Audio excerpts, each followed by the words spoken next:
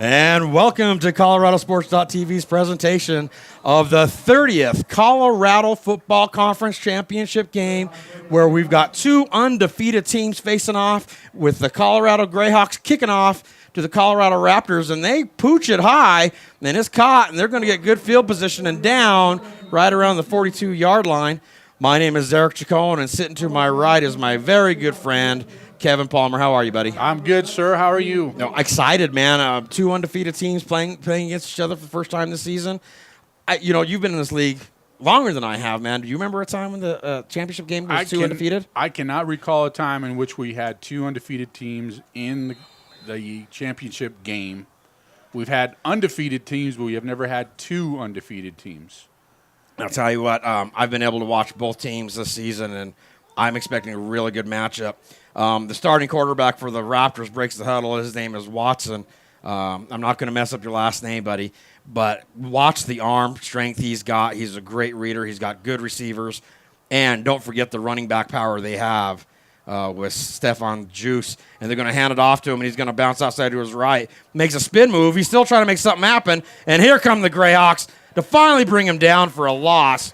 Looks like a loss of about how much, Kevin, do you think? It looks like they're going to mark him down about 7 yards into the backfield there. And Jimmy Provost continues to be a beast as always. And he's the one that ultimately snared Juice.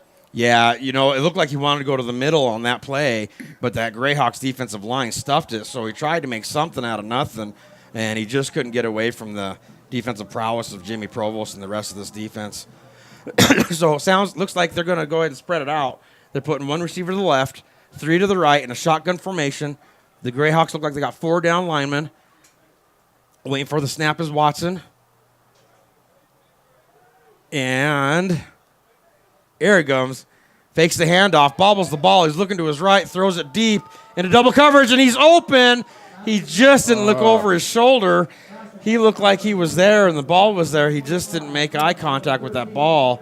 But he was able to get past both of those defenders on there. And I'll tell you what, even though that wasn't a complete pass, I think it brought some notice to that Greyhawks defense. Absolutely. And if Watson would have put a little bit more air underneath that ball, he would have had a completion, and they would have had a touchdown. Yeah, very excited. So that's going to bring up a third and very long. What is that? Third about 17 yards. So Watson's going to spread them out, two to the left, two to the right in a shotgun formation. Greyhawks stay in a four-down lineman front.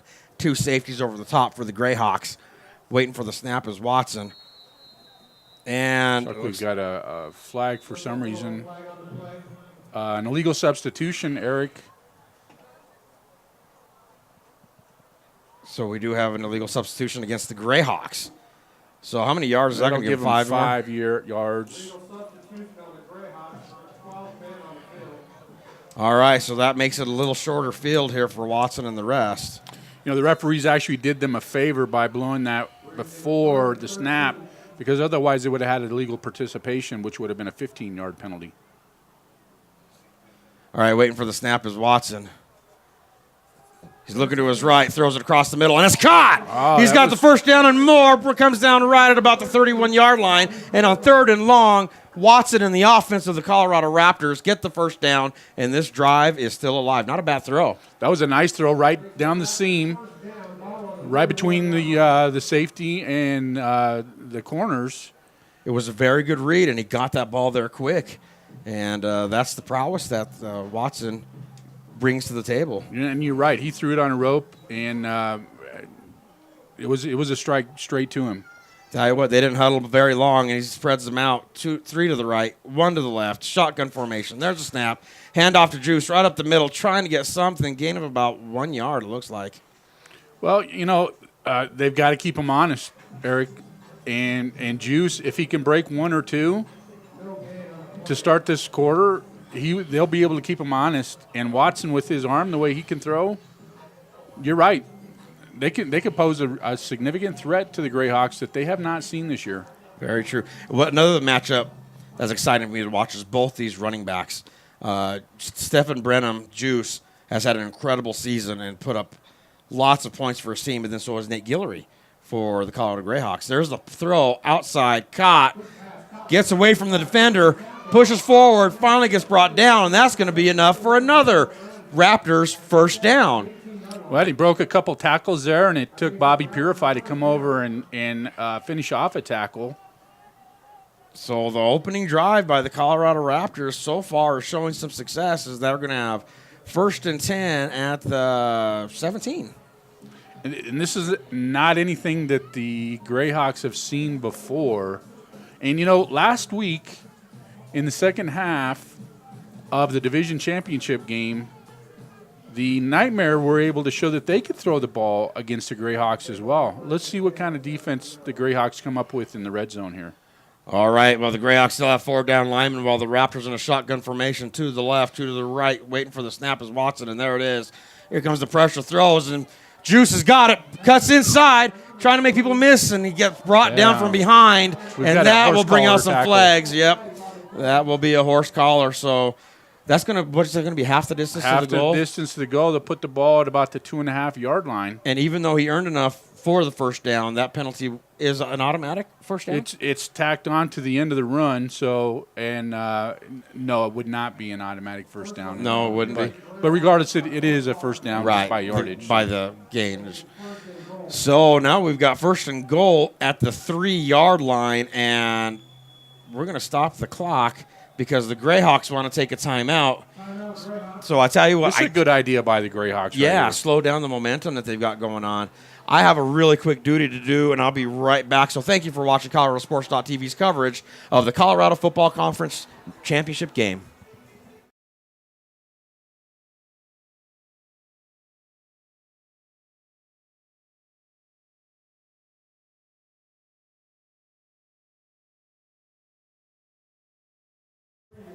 And welcome back to Colorado Sports TV's coverage of the Colorado Football Conference Championship game. 2 undefeated teams, 9-0, are battling out in the first quarter with 11:41 left. And it looks like the Raptors are going to go pistol formation. 2 receivers to the left, 1 to the right. Crowded box for the Greyhawks. Waiting for the snap is Watson. He gets it. Pump fakes, rolls to his right, gets rid of it, back of the end zone, and that might have been a pretty smart play. Yeah, that was just a smart play on his part there. There was nothing in the middle of the field, nothing to the outside. He just threw the ball away, saved it down, saved some yardage on what would have been an eventual sack. Yeah, because that pressure was coming from behind, and he made a smart move right there. So Watson breaks that huddle, and he's going to go same formation. They've got a fullback in a pistol position with 2 receivers to the left, 1 to the right. Looks like they're manned up with the Greyhawks in a crowded box, waiting for the snap. He's got motion. He takes the snap. There's the penalty flag. Caught, but he did not get a foot in. So referees are calling him out, but that should be a free play. And I believe we do have offsides against the Greyhawks, and you're right. They're going to end up with a free play here. Yep, we're going to go offsides against the Colorado Greyhawks. And that should, well, if the ball's on the 3. So that should take it to 2nd and 2. 2nd and goal 2, right? About the 1.5. About the 1.5? Boy, we're throwing inches around like manhole covers, aren't we? Right, so. I'm trying to recall back to my high school days when I think that was called the law of limits. Law of the limits. Same formation, 2 left, hand off to Juice. He's trying to fight his way in, and there's a wall of Greyhawks there to stop him. And they did a good job of keeping him from crossing that end zone. But he looks to be inside the 1 now. Is that correct? There was a brief opening there, and if he could have gotten past Provost, he would have scored a touchdown there. But again, credit the defense, the linebackers for the Greyhawks to come up and stuff that. The defensive front did their job in terms of holding the offensive line from getting to the second level, and then the Greyhawks linebackers came up and made the tackle. It looks like they made a change at running back, and I think I saw Juice go to the sideline. So, unfortunately, we don't have a Raptors roster, so I can't confirm that. But we're going to stay same formation on 3rd and goal at the 1. Waiting for the snap is Watson. He gets it. Handoff trying to power through, and the Greyhawks are there to stuff him and brings him down for a loss of about 2 yards. So, actually, more than that, they're going to get the ball about 4th and 5 now. Well, and this is similar to what the Nightmare did last week.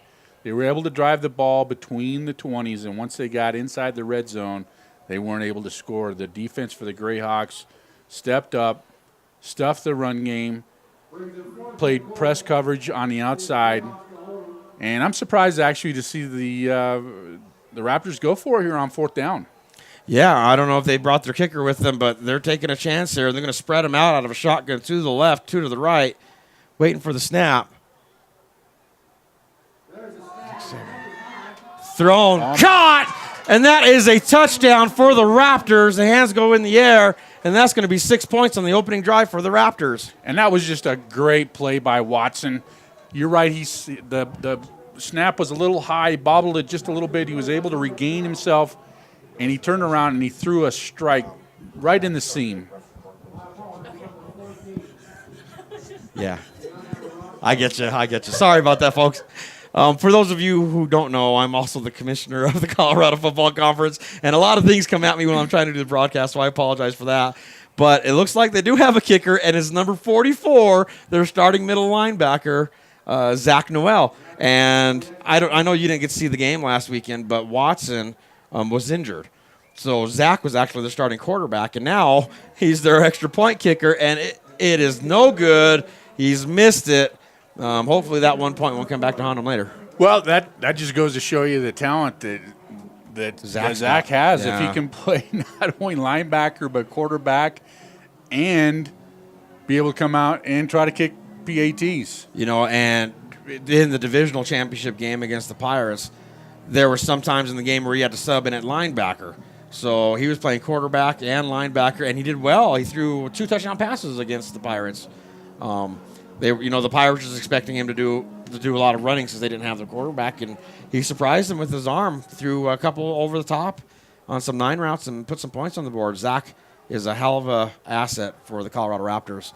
So with 9 minutes, 40 seconds left in the first half, the Raptors drive on their opening possession and get 6 points on the board. And the Greyhawks look like they're making some late substitutions, and so are the Raptors. You know, Eric, you've covered the Greyhawks a lot more than I have this year, so you would have to tell me, have the Greyhawks ever been behind in a game? This is the first time they've been behind all year, and I don't even know if they were behind last year. So hopefully it won't have an effect on them, but we know the talent that these guys have got. So he takes it and trying to bounce outside. He's got some people in front of him. They just need to make some blocks. Finally gets brought down. And the Greyhawks will have the ball 1st and 10 at the 32, at their own 32-yard lines. Kansas City took an early lead, and then the Greyhawks came back, and so did Seattle. Seattle? Yeah, last year. Oh, okay. Oh, so we're talking about non-conference games in that situation. Yeah, so they've only been behind twice, but they ended up winning both those games. Yes. Yeah. Decidedly. They sure did. Well, there must have been a penalty on the play. I didn't see it. Did you, Kevin? I did not see a flag. Looks like it was Maybe a 10-yard penalty, perhaps a block in the back would be my suspicion. All right, so we're going to change that and give it 1st and 10 at the 20 at their own 23. And I can't wait to see who they put at quarterback. And, of course, they're going to start number 2, Julian Banks. And it looks like he's going to go under center in an I formation with 2 receivers right, 1 to the left. Boy, that's a crowded box for the Raptors, waiting for the snap. He gets it, fakes the handoff, looks right, goes over the top. It's 1-on-1. Caught. Did he get a foot down? Looks like they're calling it complete. That is a catch. That was a beautiful. That was a beautiful pass and catch, and that was Stefan Money Mamusic. Money, always good, man. Every time he touches that field, he's good for one great play or more. And that was a great opening throw to start the offensive series for the Colorado Greyhawks. Well, obviously the Raptors were thinking run, I formation.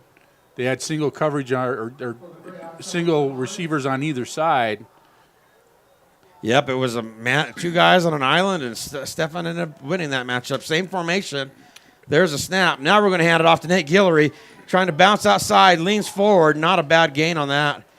They're going to spot that ball at the 43-yard line. Looks like he picked up about 4 yards, and you're right. Nate kind of made those 4 yards on his own. And, You know, the Raptors actually have 8 players in the box. They've got single press man coverage on the outside. Their safeties are playing up, and so too are their linebackers. So they're dead set to stop the run. They sure are. And you know what? You're taking a gamble by doing that, because when you got Sean Boyd on one side, Steven Mamuzic on the other side, those are 2 good receivers. And here they go with the crowded box again. Handoff. Guillory takes it inside. He's got blockers fighting for more, and he's got that first down and more. So the Greyhawks will have 1st and 10 at the 34-yard line. And that's excellent blocking up front by the Greyhawks offensive line. Just opening holes, Nate being able to pick his spots and just kind of weaving his way through to the second level. And you know what? Both of these teams had excellent defenses all season long. And the Greyhawks shut out a lot of people this year. So to see both these offenses going well against each other's defenses is fun to watch. So we're going to go I formation, tight end left, receivers left and right, another crowded box for the Raptors. Let's hand it to Guillory, trying to find a hole, and he gets brought down, leans forward, and gets himself a 1-yard gain on that play, which will bring 2nd and 9. You know, from up here, we could see that Ryan Horn was actually offset in the backfield. And don't be surprised if we see him go in motion out of that same formation and readjust, maybe a play call in terms of where the run is actually supposed to go. All right, as Julian breaks the huddle, we're going to stay in that I formation, go tight end right, receivers left and right. Still crowding the boxes, the Raptors waiting for the snap. There we go. Almost gets tripped off, rolls right, waiting for somebody to get open. Julian can make something happen with his feet, but the Raptors are all over him. He just gets rid of it. And again, a smart play by Julian. He was not going to be able to make any yardage with his feet. He was about 15 yards in his own backfield, and he was pretty well covered. So that was a good play on his behalf. There you are. Hey, man, just text me if you need me. Okay? All right, sorry about that, folks. So that's going to bring up a big 3rd down for the Greyhawks. If they want to match the opening drive of the Raptors, they need to get these 9 yards right here. So Julian Banks gets the call. And let's see what they could do here. There we go. All right, he's going to go shotgun, max protection, 2 to the right, 1 to the left, and one of those 2 to the right is tight end Ryan Horn in a slot. There's that snap. Juju's got time, no pressure. He steps up into the pocket, almost gets brought down from behind, throws it over the top, and he's open and brought down. That'll be a 1st down for the Colorado Greyhawks. Was that Sean Boyd? Sean Boyd with the first down catch. What a great play by Julian Banks. Stepping up in the pocket, sliding to his right, recognizing where the line of scrimmage was so that he didn't cross it until Sean Boyd came over, and he just laid one right out. Excellent job By Juju and Sean Boyd to keep this drive alive. That gave Sean a lot of time to find an open seam. Absolutely. In that situation with Julian scrambling there, he had plenty of time, and that allowed Sean to get loose. And basically what amounts to press coverage, and when that press coverage is lost, looks like the Greyhawks are going to call a timeout here. All right, and as they take a break, we'll also take a break. And thank you for watching ColoradoSports.TV's coverage of the Colorado Football Conference Championship game.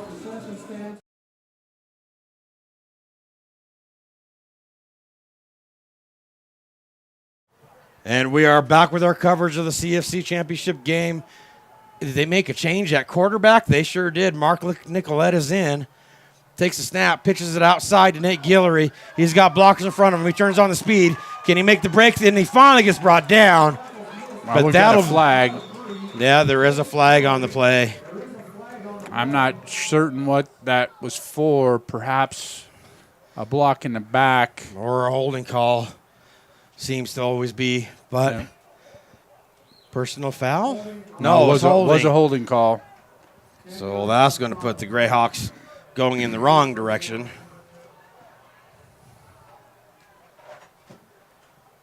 And that was a great run by Nate, just a pitch to the left. a little 29 toss, and it was sealed pretty good, but the reason why it was sealed was because they had a hold on the play.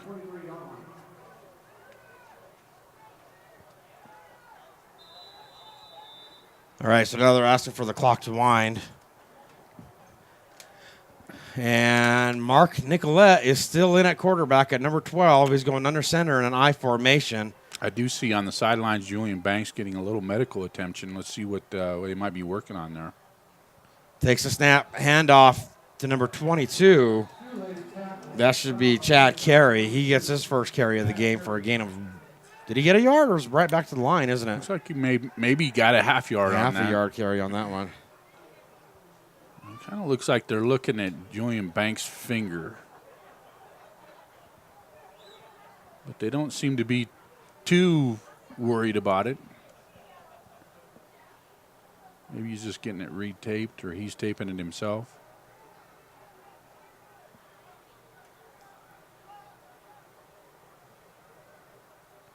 All right, so Mark breaks the huddle. Max protect receivers left and right. Waiting for the snap. We got two safeties over the top. Mark rolls out to his right. He breaks away from a defender. Try to get away from another one. Gets away. Throws it into coverage, and it is intercepted. He's taking it to the 15. Still fighting to the 20, the 25, and finally gets pushed out of bounds. The pressure paid off by the Raptors, and the drive is over, and the offense will take over. What a great defensive play for the Raptors. Well, that's a situation where Nicolette was running to his right, scrambling to his right. He was looking downfield, but he threw a back across the grain. And we know that whenever that happens, bad things happen.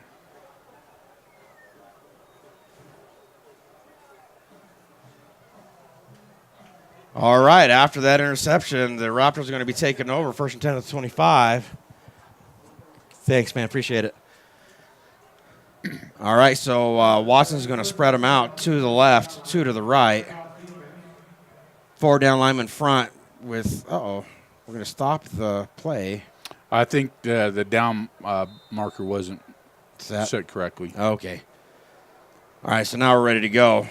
Creeping up to the line. Oh, there's Jimmy's backing off now. 4 down linemen front, same formation, waiting for the snap as Watson. He takes it, hands off. The Greyhawks are right there immediately.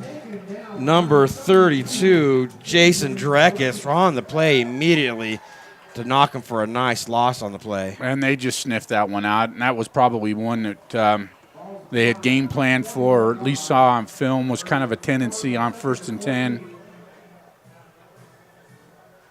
All right, so that's going to take him to 2nd and, what is that, 15? 14? 14. Yeah, 2nd and 14 for the Raptors. And a little less than 4 minutes left in the first quarter. Watson breaks that huddle, going to the left, 2 to the right. Waiting for the snap. 4 down line in front for the Greyhawks. Watson's got it. Throws it. Caught. Gets a little past the original line of scrimmage. It's going to be about 3rd and 9. It was a good pickup of about 6. I mean, that gets him back within 1 stick of a first down. Yep, so a big 3rd down play here for the Raptors. Is that 3rd and 8 or is that 3rd and 9? It doesn't look like 3rd and 8.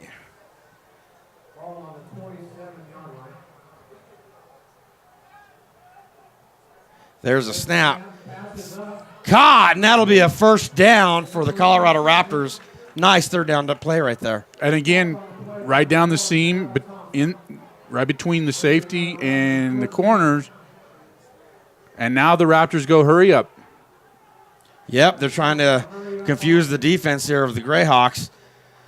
Spread formation to the left, 2 to the right.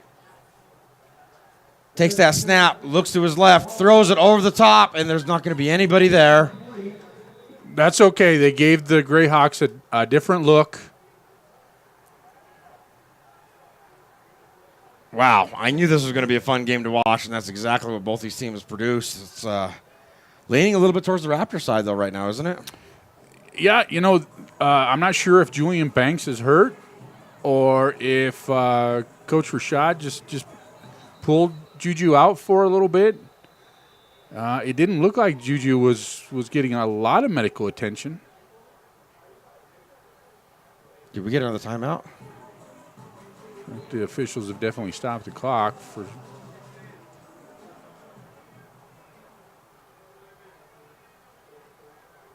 Do you know what's going on, Kevin? Could be looks an like we have an injury. injury timeout. Looks like we have an injury. Yeah, the medic is going to the Raptor sideline. Appreciate them doing that. All right, so on 2nd and 10, the Raptors are going to spread them out. 3 to the left, 1 to the right. Shotgun formation. This is the same formation we saw last week from the Nightmare against the Greyhawks that produced quite a bit of yardage. 2 safeties over the top for the Greyhawks. There's a snap. Looking to his left. He dumps it over the top, and the receiver just cannot get underneath there. Boy, again, a little bit more air underneath that ball, and another touchdown. It was close. Number 10 was beaten down on that, but you're right. If he could have floated it up just a little bit more, that could have been a very good completion. That's just a spot throw right there, huh?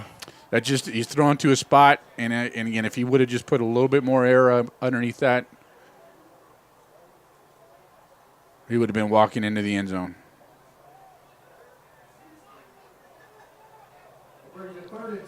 All right, so the Raptors on 3rd and 10 are going to spread it out. 3 to the left, 1 to the right. Shotgun formation. 4 down linemen for the Greyhawks.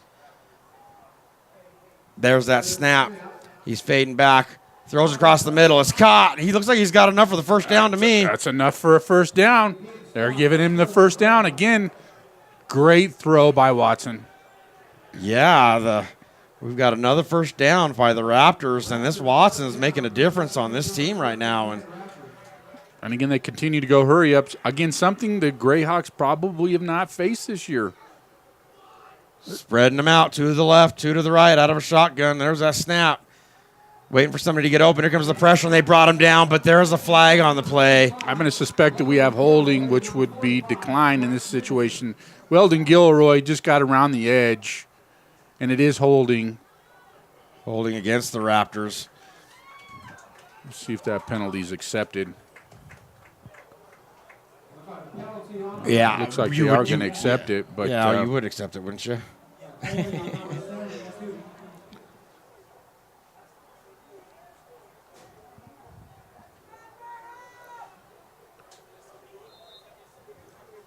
All right, they're having another referee timeout. Well, I'm kind of interested why the Greyhawks would have accepted that penalty. They had a sack of about 4 to 5 yards. It would have made it 2nd and 14 as opposed to 1st and 20. You give the Raptors an extra down by accepting this penalty. So I kind of question the call to accept the penalty in this situation. Hey, Scott, we got another one of these? Never mind or what? Jacoby, owner of the Pirates, was in here. I was about to put a headset on him, and he ran. He just ran. Well, and as it turns out, now the Greyhawks did want to decline that penalty. They marked the ball, I believe, gave the Greyhawks an extra couple yards on the sack. So, yeah, you know, and I couldn't tell you where he made that sack. It looked to me like he probably had him on the opposite side of the 49 here. So, well, looks that's probably what they're discussing, trying to figure out where exactly the placement's going to be.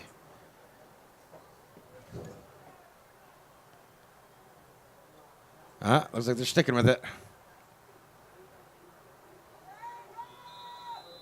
All right, so we're going to start the clock. Well, shouldn't it be 2nd down? Yeah, it's going to be 2nd down. 17 yards to go to the line of gain. Spread formation, 2 to the left, 2 to the right. And long wait on the snap. I'll look at the back judge. He's got time. Maybe he's trying to draw him off. There's a snap. Oh, tries to get on. It's intercepted. And brought down. Jason Dreckitz. Jason Dreckitz with a great interception. There's a flag after the play. I think we're going to have either a face mask or a late hit on that. Well, Because he was called down, and Raptor player still tackled Dreckitz after he was ruled down. yeah, but We'll was see if it- they pick that up, because to me it looked like it was just a continuation of the play, and there Yeah, he wasn't wasn't any touched. definitive as to whether or not he was actually down. And since there was no whistle, you get up and you run. I think he did what he had to do. So that's probably what the discussion is right there. Well, what a great play by the D line right there. And, they had a wheel route coming out of the backfield with the tailback. And, again, if Watson would have gotten a little error and thrown it over the top of the defensive line, they would have picked up a first down on that because he had nothing but room to run. We do have a personal foul. Against the Raptors. Unsportsmanlike conduct on the Greyhawks. So those are going to offset. The Greyhawks turnover still stands. Both of them are dead ball fouls. If either one of those would have been a live ball foul, we could have had a different outcome in terms of whether or not, first of all, the penalties are accepted or whether or not the interception would have been good. Wow. So 2 big defensive plays in the first quarter for both teams. Well, one for the Raptors, and then now an interception by the Greyhawks. And Julian is back in at quarterback. Are they worried about the spot? They could be talking about the order in which the fouls occurred and maybe whether or not one of them is a dead ball and one is a live ball.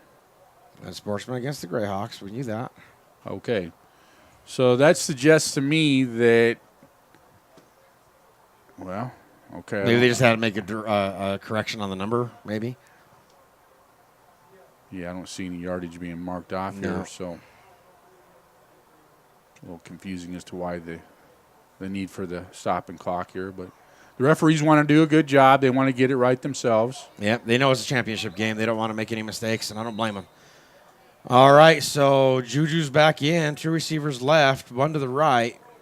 Crowded box for the Raptors. Single safety over the top. There's a snap, handoff. Wrapped up, brought down. And they're going to blow it right there at the line of scrimmage. Maybe loss of a inch or 2. I think that was Cameron Smith in the backfield on that particular handoff. Yep, you're right. Number 20, Cam Smith, is in the game. So 1 minute, 41 seconds and ticking left in the game. Not in the game, in the first quarter. I apologize. And Julian breaks the huddle.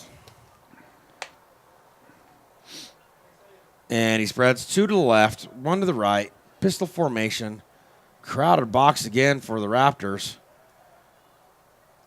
But now the secondary is backing off, and there's the handoff to Cam. Tries to push through the line and finally gets wrapped up after a gain of about 5 yards on the carry. Well, he got through the front line, and then good pursuit by not only the defensive backs of the Raptors, but also the linebackers. All right, brings up another 3rd down for the Colorado Greyhawks. And if they don't want to be behind in the first quarter, they got 52 seconds to try to score. Long huddle. I'll watch the back judge to see what he's got for time. It looks like he's doing fine. We're at 42 seconds. Down to 38 seconds. Julian spreads them out. 2 to the left, 1 to the right, tight end right. 2 safeties over the top for the Raptors. There's some motion. There's the flags. That might be a false start. Yeah, we have a false start on the Greyhawks. That'll back them up 5. Wow. That's exactly what they didn't want right there on 3rd down. So now it's going to take them to 3rd and 10 for the Greyhawks. Well, and they could run the clock out effectively. Yeah, that's probably going to end the quarter. That formation and the defensive line, it looked to me like Julian Banks was about ready to run a quarterback draw on that particular play. And you know what? That's something that they have to be aware of as well. Think you have enough time to get this play off? I think that's going to do it for the Yeah, quarter. that's it. That is the end of the quarter, and we've got another flag on the play. What's that? Illegal substitution? It's called a delay of game. I'm not sure how that's the case. Well, I wasn't watching the back, Judge. I don't know. I just see his. The referee is the one that threw that one. Well, let's let them discuss that. And you know what it could have been was that we had a penalty, which would have made the play clock 25 seconds as opposed to 40, and we had 27 seconds left to go on the clock when the ready for play was blown. Gotcha. So we should have 2 seconds left to go on the clock. So let's see if they give him a 2 second play. They're going 5 yards forward, unless the box is marking it incorrect here. Yeah, they're just switching sides. Yeah, looks like they're going to switch sides because the side judge is grabbing the chains. I believe that's the end of the quarter. Yep, they might that tack is the that end of the penalty quarter. on. So for the first time in 2 years, the Greyhawks are behind at the end of the first quarter. We've got a 6-0 game. Raptors over the Greyhawks. Thank you for watching ColoradoSports.TV's coverage of the Colorado Football Conference Championship game.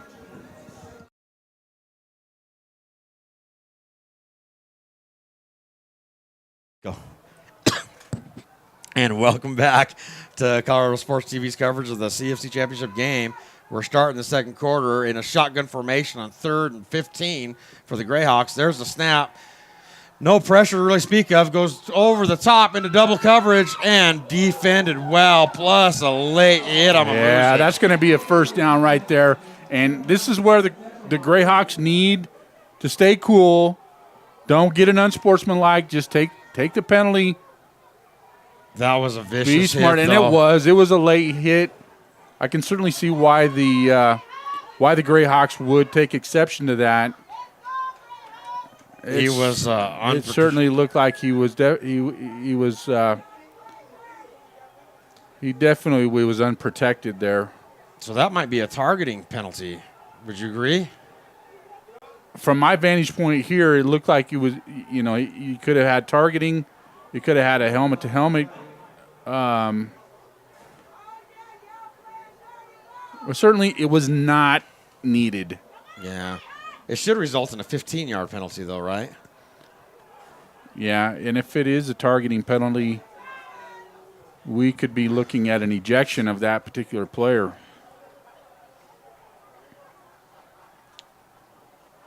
Yeah. Go ahead.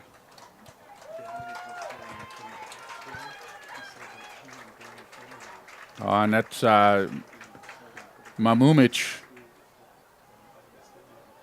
getting up pretty slow. Yeah. It wasn't on the ref report. No. I've got it. So if they want to see it, I'll show them. Okay. Okay. All right. Did the ref make the call yet? It is not. So let's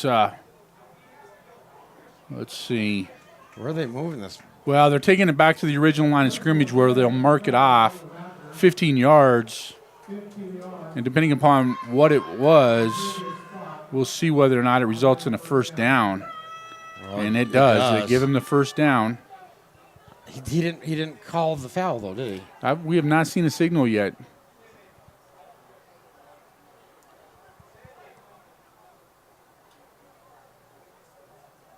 If it isn't targeting, what else could it have been? Well, it could have been helmet-to-helmet, targeting a defenseless player. All right, well, they got first down.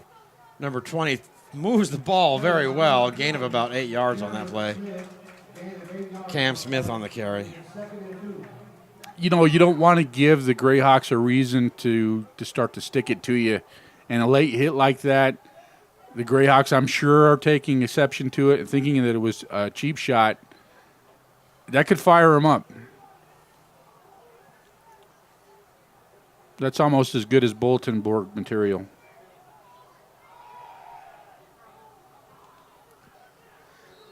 All right, that should be good enough for a first down.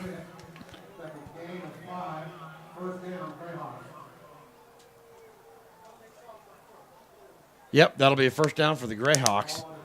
So now we're at 14 minutes, 14 seconds, and ticking left in the in the first half.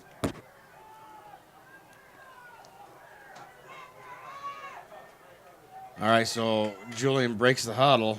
He's going 2 tight ends, 1 on each side, and the Raptors take a timeout. So as they take a break, we'll take a break. And thank you for watching ColoradoSports.TV's coverage of the Colorado Football Conference Championship game.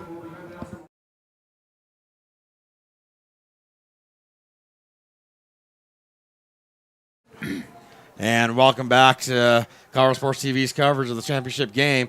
Pitch outside. He's got blockers, cools inside, runs over a defender, and number 69 cleans up the tackle. Gain of about, 4 or 5 yards on that play. Yeah, but 5-yard gain, so that'll bring it to 2nd and 5 for the Greyhawks. This is the change of back or change of pace for the Greyhawks. You got Cam Smith coming in, and he lowers his shoulder and takes tacklers out, whereas Nate, he's pretty shifty, and he makes guys just plain miss. He sure does. 2 tight ends, motion across the backfield. Handoff up the middle. He's got a hole. Oh, he fumbled. The ball was on the ground, but I think he recovered it. It looks like he did recover his own fumble there. Yep, that'll be a first down play for the Greyhawks, and their offense is clicking now. Well, I don't know if it'll be 1st and 10. I think it's 1st and goal at the 9-yard line is what it looks like to me. Yeah, it looks like they're at the 9-yard line there. Yeah. And the Greyhawks, I'm sure, are wanting to put up the points on this drive right now. They're not used to being behind in a game, and they want to make up for that.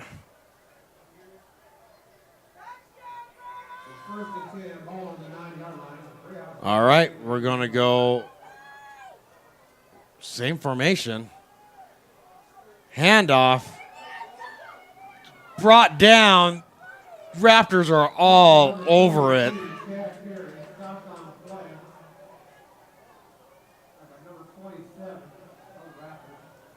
Yeah. All right. So it looks like he got right back to the line of scrimmage. They didn't make any change to the down box. So we're at 2nd and goal, still at the 9. Julian breaks the huddle. I formation. Tight end left. There's motion across the backfield from Horn. There's a snap, handoff. Raptors are there to stop it and bring him down. They think they've got the ball. Is that a turnover? It is. The Raptors have forced a fumble and recovered, and this Raptors defense in the red zone is paying off. This is a surprise to me, and it's got to be a surprise to the Greyhawks as well. Yeah, and it looks like the Raptors have an injury on the play. He's squirming on the ground pretty hard, so let's go ahead and take a break for the injury. And thank you for watching Colorado Sports TV's coverage of the Colorado Football Conference Championship game.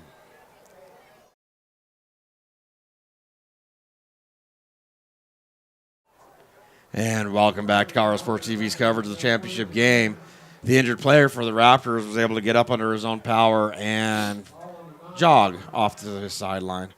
So as the Raptors take over, 1st and goal at their own 9-yard line, Watson's going to spread 3 to the right, 1 to the left, shotgun formation, 4 down linemen for the Greyhawks, waiting for the snap. Looks like there's some motion from the corner there. He's going to get motion from the backfield as well. Empty backfield now, 5-receiver set. Waiting on the snap there, and it snapped over his head. And they're going to call false start against the Raptors, make it even harder on them. The Greyhawks have been doing their job. It's just been mistakes that have cost them these turnovers. If you're running in that middle, you want to hold on to that ball and you let that go, and then that throw. Wow. How is that possible? Are we live? All right. So there's the snap. Here comes the pressure. Quick throw over the top into some coverage, but can't get there. And that's going to bring up 2nd and 15.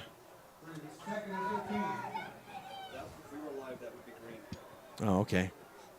Somebody just said that they were listening and we were doing a great job. So I don't know. I don't know what that was about.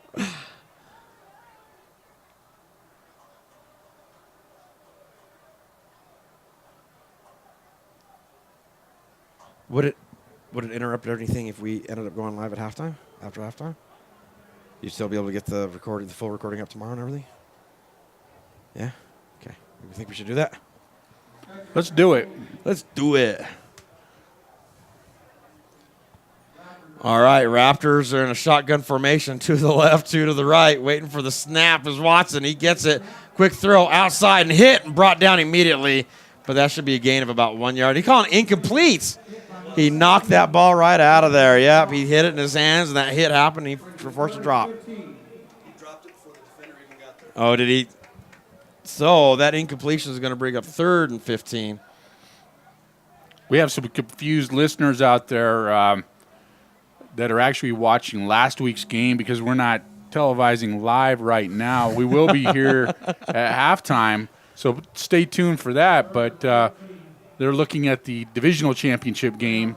But right now we're actually broadcasting the championship game. So the game they're listening to is from last week. Stay tuned, though, because in about 12 minutes we will have the live championship game. Yep, and that's an incomplete pass on 3rd and long. And they're going to have to punt here. Great defensive stand by the Colorado Greyhawks.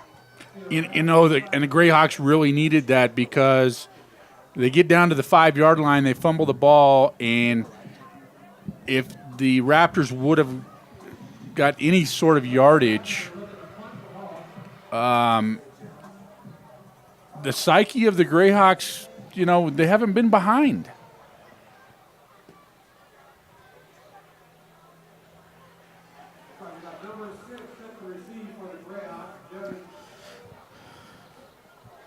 All right, so looming around his own, the Raptors' 45-yard line is the punt returner. And we better have a good snap right here, otherwise it could be a safety. So waiting for the snap is the punter, and it's right in his hands, and he lets it go, and it's returnable. It's going to bounce around the 35-yard line. Bobby Purify has got his hands on it, making spin moves, making guys miss to the 30, the 35, 10, 5, touchdown, Bobby Purify. We do have a flag down. We are going to have a block in the back. Oh, no. That's going to nullify this return. I don't see it. Where is it? He picked it up. He had a flag, and now he picked it up, Eric. You don't see that by the officials. You know what? I wonder if maybe he was looking for his down bag and actually accidentally grabbed the flag. That could have been exactly what he did. An inadvertent flag. You're right. He could have been looking for his bean bag and threw that, and instead threw his flag. So the touchdown stands. We're at a 6-6 ball game with 11 minutes, 11 seconds left in the first half. And the Greyhawks are setting up for the extra point try with Bobby Purify waiting for the snap. He asked for it. It's down. The kick is up.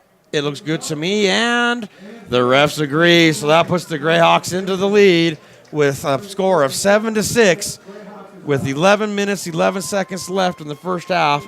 And thank you for watching ColoradoSports.TV's coverage of the Colorado Football Conference Championship game.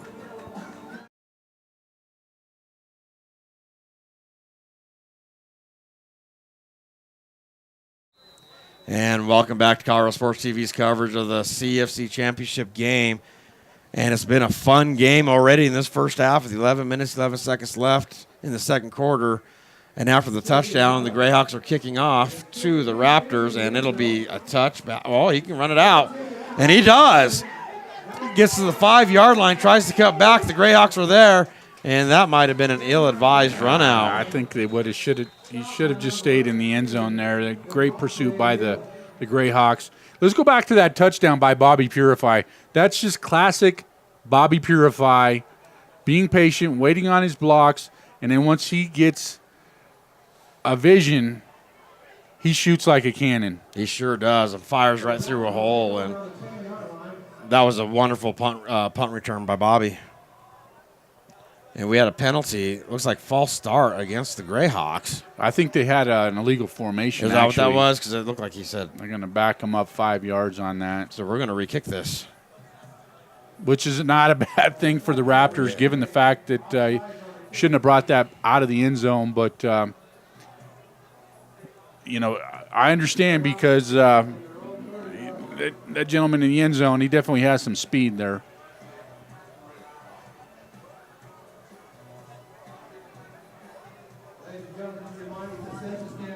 Hey, brother, how are you, man? Are they? Well, I'm live, man. So all right, so after the penalty, the Greyhawks will be kicking off from the 30.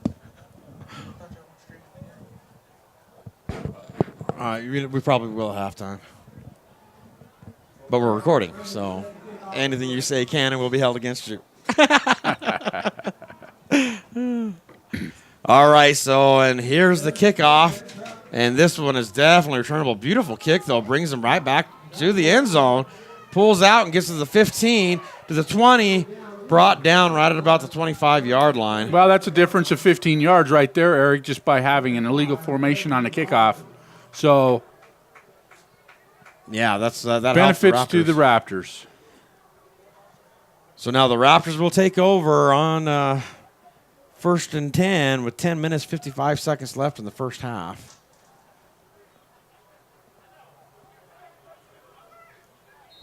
Let me see if I can help you here, Scott.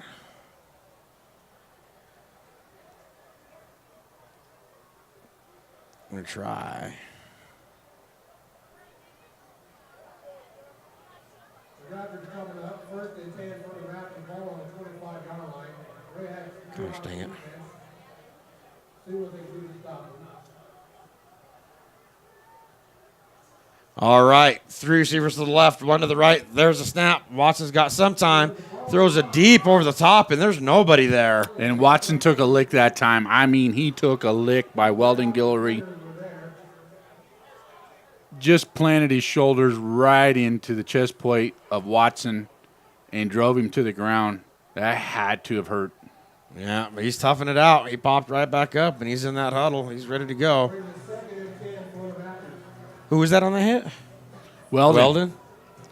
Boy, what a phenomenal athlete he's been for the Colorado Football Conference for almost 15 years. It's been quite a while. Yeah, he's been at this a long time. So Watson breaks that huddle, spreads them out, 2 to the right, 2 to the left. Still a 4-down lineman front for the Colorado Greyhawks with 2 safeties over the top. A 2nd and 10, handoff up the middle, and the Greyhawks closed that hole quickly. And he's still trying to fight for extra, but the refs finally blow the whistle. Is that juice? Yeah. Yeah, that's juice right there. That's just him not wanting to go down. Yep, he kept fighting and fighting, but they held him up strong. So that should bring up 2nd and 10, right? 2nd down and 10. Yep. So again, folks, please stick around at halftime as the Colorado Football Conference will announce their award winners today.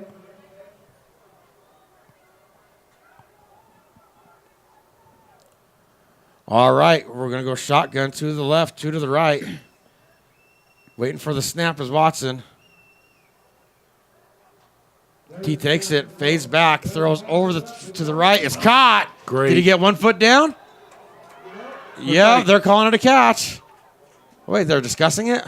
Well, it looked like maybe the receiver bobbled the ball, whether or not they decide to consider it, and it looks like they're moving they to gave change. it to him. That's a 1st down play. That was just a good timing route and a good throw by Watson again to catch his receiver right on the sidelines there. Good route, good throw, great completion. Colorado Raptors. Ball on the 37-yard line.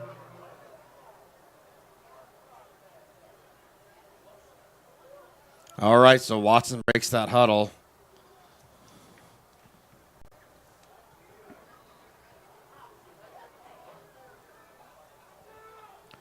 Spreads them out 2 to the right, 2 to the left. Wait, he's got handoff up the middle, brought down immediately. Number 7, Sean Barney with the tackle. Well, looks he picks up 1 yard there, and that's okay. You got to keep the Greyhawks honest.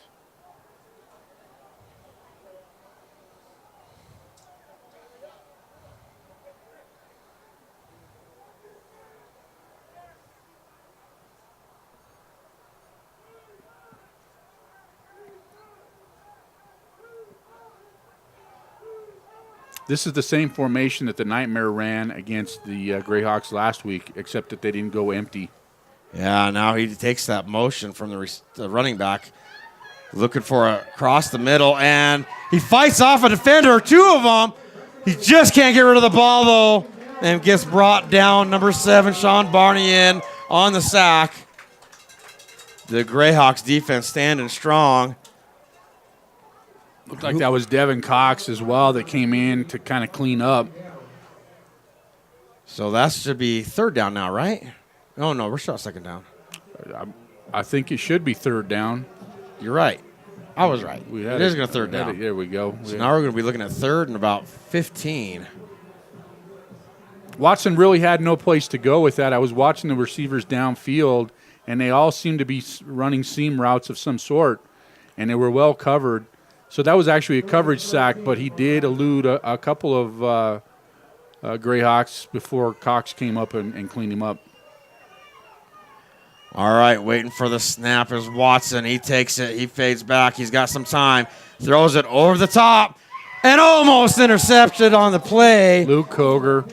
Luke's been a secondary guy for a long time. He transferred over to linebacker here for the Greyhawks. We did a great job fading back and knocking that ball out of the air. Luke's going to want that one back, though. He's going to tell you that he should have had that one. If he wouldn't have had it, then number 9 for the Greyhawks, Colbert, he would have had an interception himself. All right, so on 4th down, they're going to punt, and the last time they did that, it cost them 7 points as Bobby Purify recovered a short kick and was patient and scored a touchdown for the Greyhawks. We got Bobby is playing kind of an up-back position here. That was the same position he played in the previous punt, but it was a short punt, so he took advantage of it.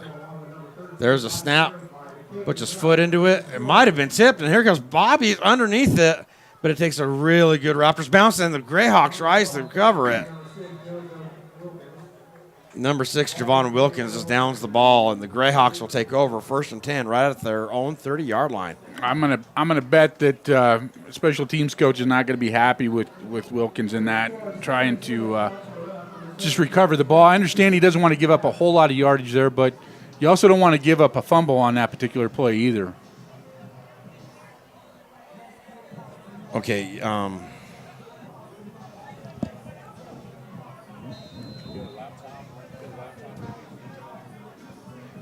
why don't you ask around in there and see if anybody's got one, would you? Yeah, thank you. Or can you figure it out? I think with the help of somebody offside, I should be able to get it. All right. So Julian takes the ball, hands off to Nate Guillory, and he's brought down. If he gets right back to the line of scrimmage, it's going to be 2nd. Did you still want him to try to find one, though? Maybe it's a backup, but I think this should work. All right, just ask, just in case. Thank you, Jason. All right, sorry, folks. We're doing everything we can to try to set this up to be able to go live for the second half. The Colorado Football Conference had asked that we not go live for the first half, but I think we're good to go for the second half. And that's why you're the commissioner, That's Eric. why executive decisions just like that, bro. All right, so Julian's going to go shotgun formation. 2 tight ends, receivers left and right. There's a snap. He's rolling out to his right. He might keep it. He's asking for his blockers to go downfield. He's to the 40, almost gets to the 50, gets blown out of bounds at the 46-yard line. Great piece of running by Julian Banks. Yeah, that's a good first down play. He just motion downfield, block those guys. I've got the ball. And that's just the dynamic player that Julian Banks is. And you can see why he has won championships overseas and in South America. Yeah. You know, the truth is the Greyhawks have a number of different ex-professional football players on this team, and the Raptors are holding up with them strong.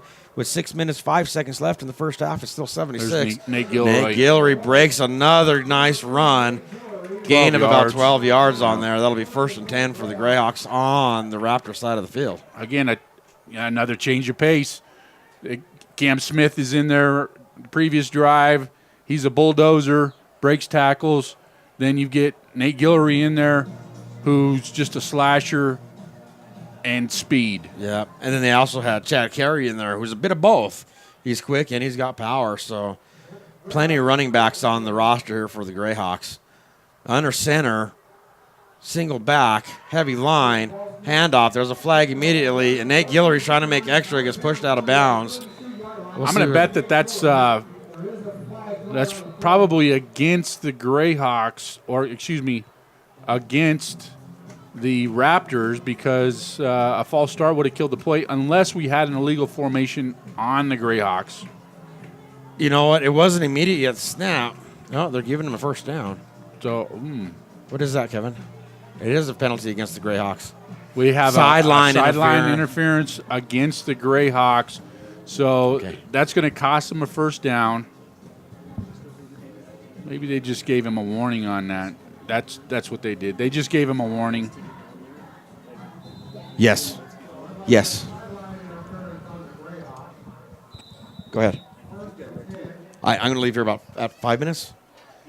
Yeah, about 33 seconds of football time. All right, sorry, folks. We're just trying to set up our halftime presentation.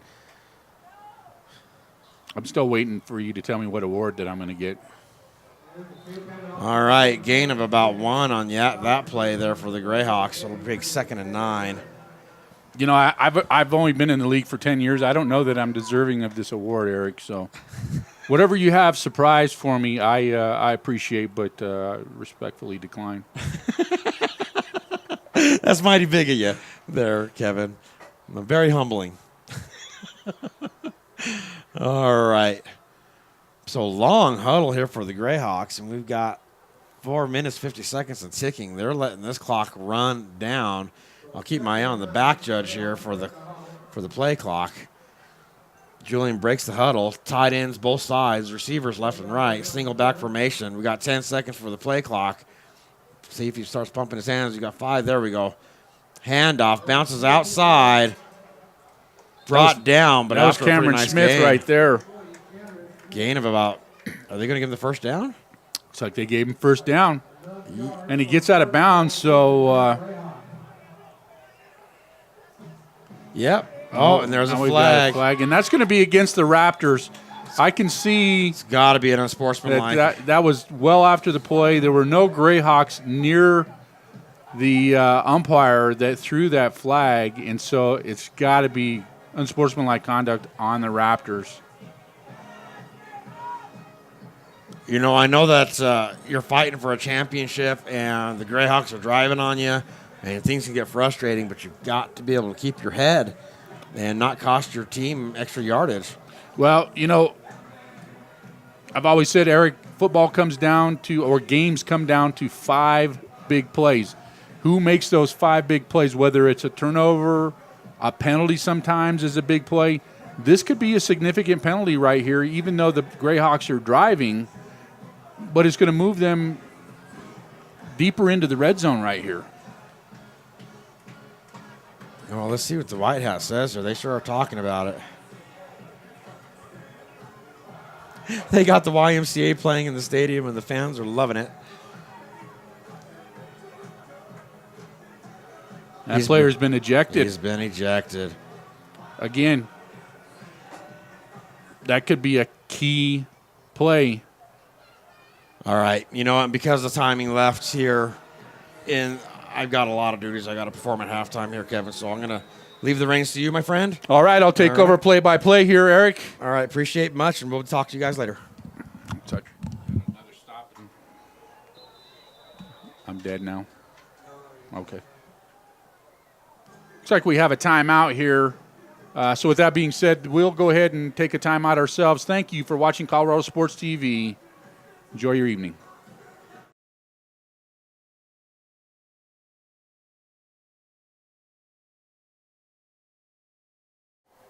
Yeah, welcome back to First Bank Stadium, where we have 1st down, and it appears to be 1st down and goal for the Greyhawks at the Raptors 10-yard line after a penalty, an unsportsmanlike conduct that resulted in an ejection.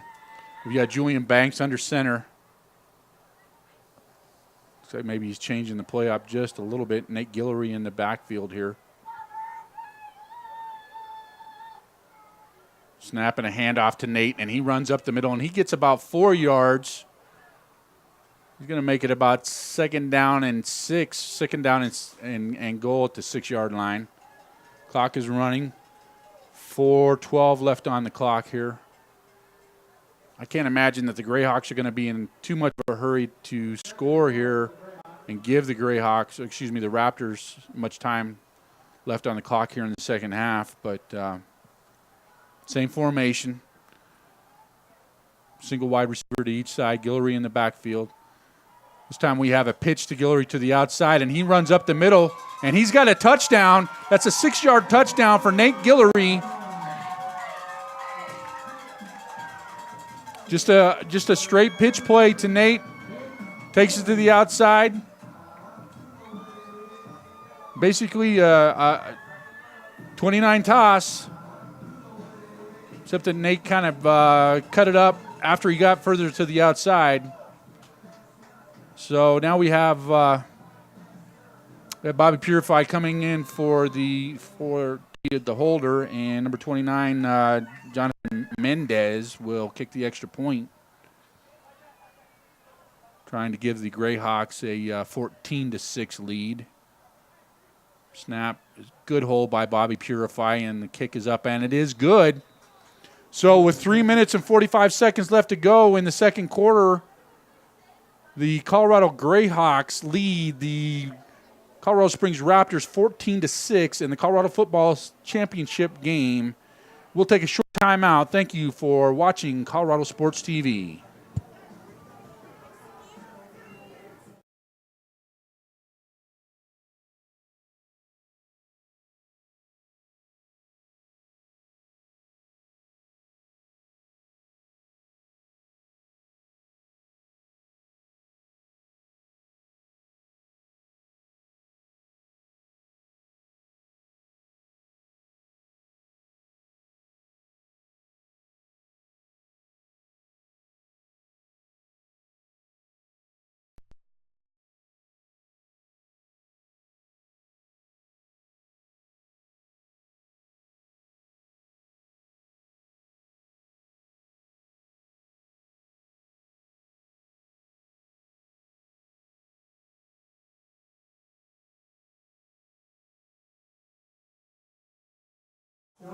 And welcome back to First Bank Stadium for the Colorado Football Conference Championship game, where the Colorado Greyhawks lead the Colorado Springs Raptors 14-6.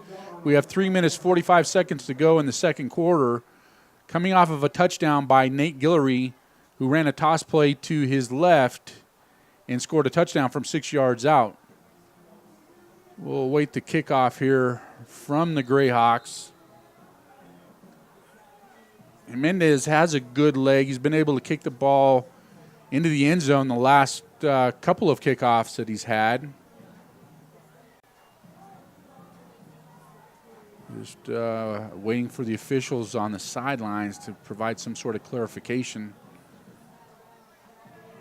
Now, our head official, Mike Kelly, is coming over to the Greyhawks sidelines, probably to give Coach Rashad some clarification on what is taking place here. 35 seconds left in the half. Greyhawks ready to kick off. Number 29, Jonathan Mendez. Raptors are ready to receive the ball. Ref is currently talking to the coach. All right. Looks like the officials are going to get in their positions here.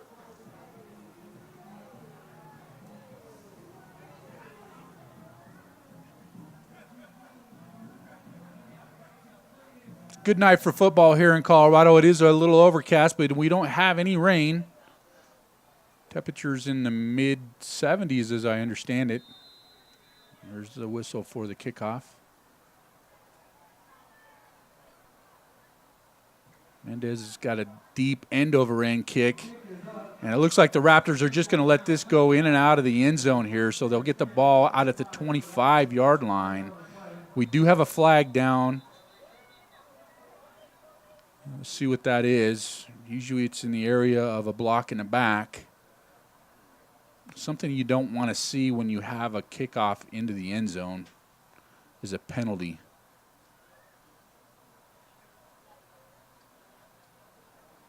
We've certainly had a fair share of penalties. We do have a block in the back. So that will be 10 yards from the 25-yard line, and we should have the Raptors ball at the 15. Again, 3 minutes, 45 seconds left to go in the the second quarter. Well, if I can interrupt, we're going to go Renegade. They told us we weren't supposed to be live for tonight, and too bad. We're live. So we're live right now. Thank you if you're listening or watching the game. We are live at First Bank Stadium right now. We got a call on Wednesday saying we don't want the game live because of various reasons that we're not going to go into because I don't want to sound like we're ridiculing them. But they told us we couldn't go live, and then just a few minutes ago, Eric, well, the original plan was we weren't going to go live, and then we would record and then show the game tomorrow in its entirety, which we are still going to do. And if you're watching this tomorrow, hearing this, no, you're already watching it. It's not going to be released on Monday as well. But Eric was here earlier, a commissioner who also helps us out in the booth a lot, and he's like, yeah, let's go Renegade. Let's do it in the second half. But you know what? We went early. Well, he's not here in the stands right now, so I guess I get to make that executive decision on his behalf. You heard it, folks. I'm blaming him. But we are here, and it has been a pretty amazing game so far. We're seeing things we have not seen all year. You're absolutely right, Scott. The Raptors took an early 6-0 lead as that pass from Watson is incomplete. Probably should have been caught. But the Raptors took an early 6-0 lead on a drive, the very first drive of the game. They went for it on fourth down, and a nice seam pass in the end zone by Watson for a touchdown. And the Greyhawks then took the lead on a Bobby Purify punt return of about 55 yards for a touchdown. And then after that, the Greyhawks just had a nice drive down to the Raptors 6-yard line where Nate Guillory had a toss play that he ran in for a touchdown. So that gives us the score of 14-6 here. Watson drops back, throws a pass to his left. And again, we apologize, but we don't have a Raptor roster, so we're not sure who that is. We just know that Watson is the quarterback he is quite talented individual. And it is fourth down. It looks like the Raptors will punt. We've got Bobby Purify back at the Raptors 48-yard line, and a little bit deeper is Mamumic, number 10. The Raptors have had short punts, giving Purify an opportunity to return these kicks. So let's see here. There's the snap. It's a little high. Good field. And we are going to get a return by Purify. Got the ball down at the 40-yard line to 35. Down and out of bounds about the 19-yard line. Again, Bobby Purify doing what he does and has done since he's been in this league, and that's return punts. And he's just the best I think the CFC has ever seen. They do mark him short of the 20-yard line, so out of bounds at the 21-yard line, a return of about 25 yards by Purify. He's just electric when he gets his hands on the ball.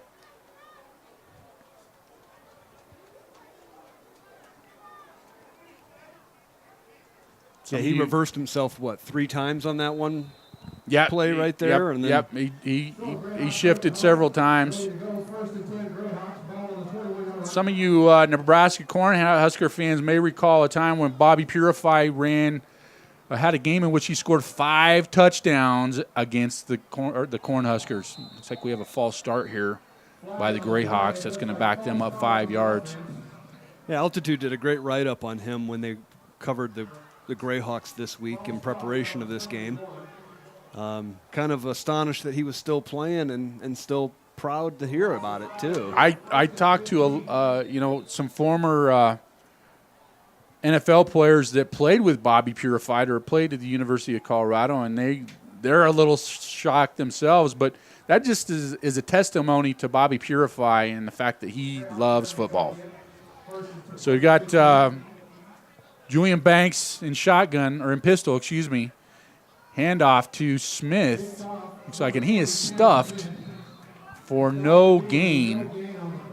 Looks like the Greyhawks will go no huddle here. 2 minutes and 53 seconds left to go in the second quarter. And the great thing about the Greyhawks, or the impressive thing, I suppose you should say, is that Bobby, their all-star, is a world-class college athlete running back, is actually here playing defense. Oh, and here's a interception by the Raptors. That's still a live ball, but they're able to bring him down on about that's certainly a pass that Julian Banks is going to want back. He did have Art Humphreys open, but he put a little too much air underneath that ball, and maybe he thought that Art was going to stop his route and come back to that ball, but a good interception by the Raptors, and very timely, as the Greyhawks were going to probably score on that particular play and go into half with a 2-touchdown lead. Now, with 2 minutes and 27 seconds left to go in the second quarter, the Raptors have their ball at their own 6-yard line, it looks like. Let's see what kind of formation they come out with, and if they get aggressive here. But Watson is in shotgun. He has a great arm. I've been quite impressed. We do have a snap and a handoff to Stefan Juice Branham here, and he gains it looks like he actually is marked back at a loss of 2. So call it 2nd and 12 with 2 minutes, 10 seconds left to go in the second quarter. Probably going to take us to the 2-minute warning here, and that's exactly what's going to happen. So with 2 minutes left to go in the second quarter of the Colorado Football Conference Championship game, we have the 2-minute warning. We'll take a short time out. Thank you for watching Colorado Sports TV.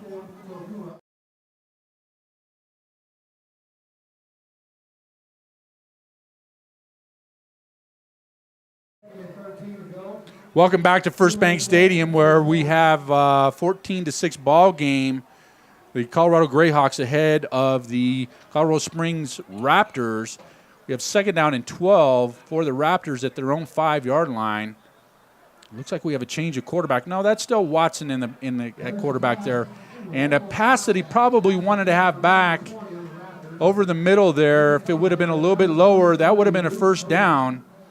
And in this situation here now, 3rd down and 12, the Greyhawks do have 1 timeout left. I'm not certain that you want to leave a lot of time left on this clock, but at the same time,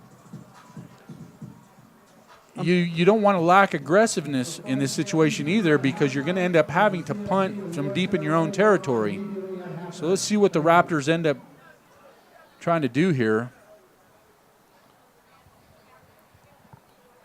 With Watson's arm, I'm actually a little surprised that they went with such a short pass. The snap is good. Drops back. He's got some time. He rolls to his right a little bit, and he throws the ball up in the air. And then we do have a catch, a great catch in this situation. Right over the middle. Bobby Purify comes up to make the tackle, but I'm certain that that's a play that the Greyhawks are going to wish and look back at as one that they wish they could have stopped, because now the Raptors get deep out of their own territory, and now they've got an opportunity to move the ball with 1:35 left to go on the clock.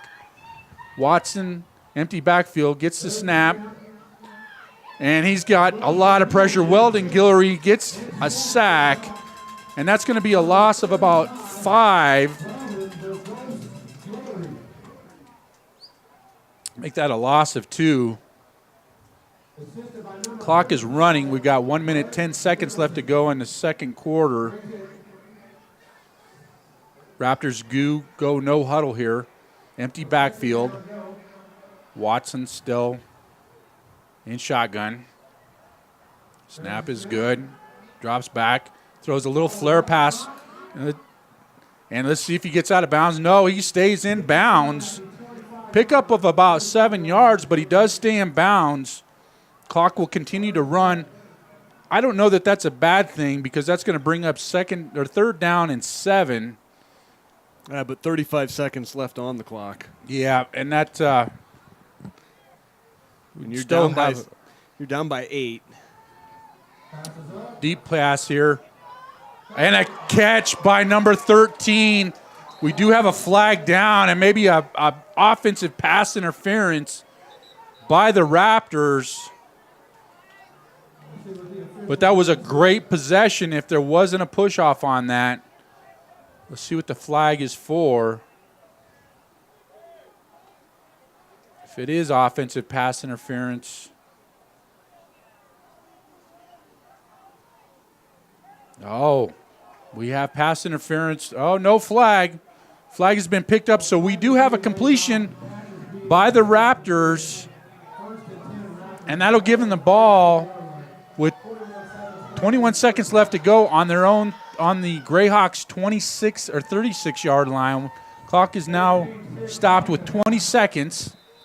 And with Watson's arm, he's got the strength to go deep enough that he can put somebody down in the end zone if they can get open. Let's see if they go back to that same play right there because that was a wonderful pass and catch there.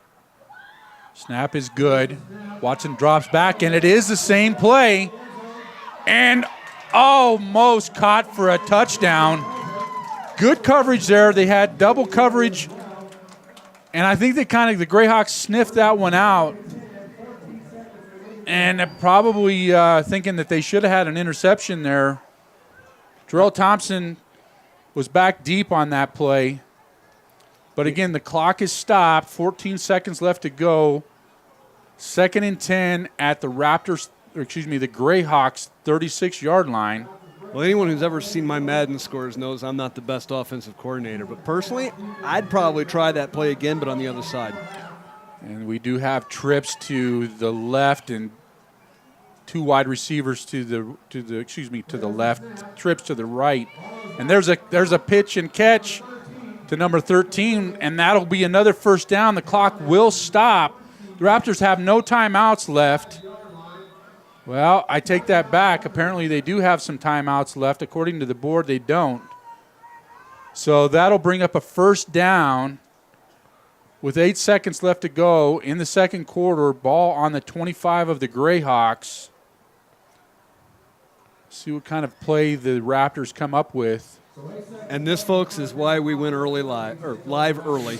We weren't supposed to go to the second half, but come on, this is too exciting not to share. This is one of the best games that the Greyhawks have been involved in this year. And if you've watched Colorado Sports TV this season, you've seen that the Greyhawks have not had a whole lot of competition. But again, you've got 2 8-0 teams in this game, undefeated teams in this championship. And that's the way it should be. Yeah, I agree with what you guys said earlier about how it's very, very rare, but it's really cool when it does happen. Absolutely. Again, we've got trips to the right, 2 wide receivers to the left, Watson in the shotgun. Snap is good. He's looking to his right, and he throws to his right, and that's going to be intercepted by Bobby Purify, and he runs the ball out of the end zone. He's into the 30, the 40. He's going to go all the way. We do have a flag. Let's see what it's for, but Bobby Purify is going to take it all the way to the end zone for a touchdown. Let's see if it stands. That'll be a 105-yard return for a touchdown. I am looking around. Let's see. That may not have been a flag thrown. That may have been a referee's beanbag or an official's beanbag to spot the. Yeah, I don't see any flags out there. I think that was a beanbag that was thrown by the referee. Well, we do have a flag, and it was picked up, and it's declined. I'm not sure what the penalty was there. I don't know if you saw that, Scott, or not, what the signal was. But a 105-yard touchdown return, interception for touchdown. Bobby Purify, again, just electric. No time left to go on the clock. That's 2 returns for 6 for him. We have Luke Koger in to hold now, since Bobby is probably a little tired after that run back. Mendez will kick the extra point.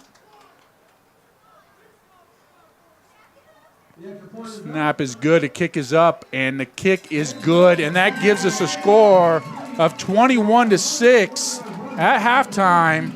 Colorado Greyhawks in the lead, and what was a shocking game to start has turned into a 21-6 ball game, and well, we will have the folks that have just joined us live won't realize, but at the end of the first quarter, it was 6-0 Raptors. And then the Greyhawks came alive in the second quarter. Yeah, 2 Bobby Purify returns, one for a punt, the other one just this 105-yard touchdown return, interception return, and that has turned this game around. But, wow, what a great first quarter and a great second quarter by the Greyhawks. We do have an awards presentation at halftime, and so we'll have a little bit of an extended halftime. And that being said, we'll take a break here on Colorado Sports TV and look for us to come back after the break at halftime. Thank you for watching Colorado Sports TV.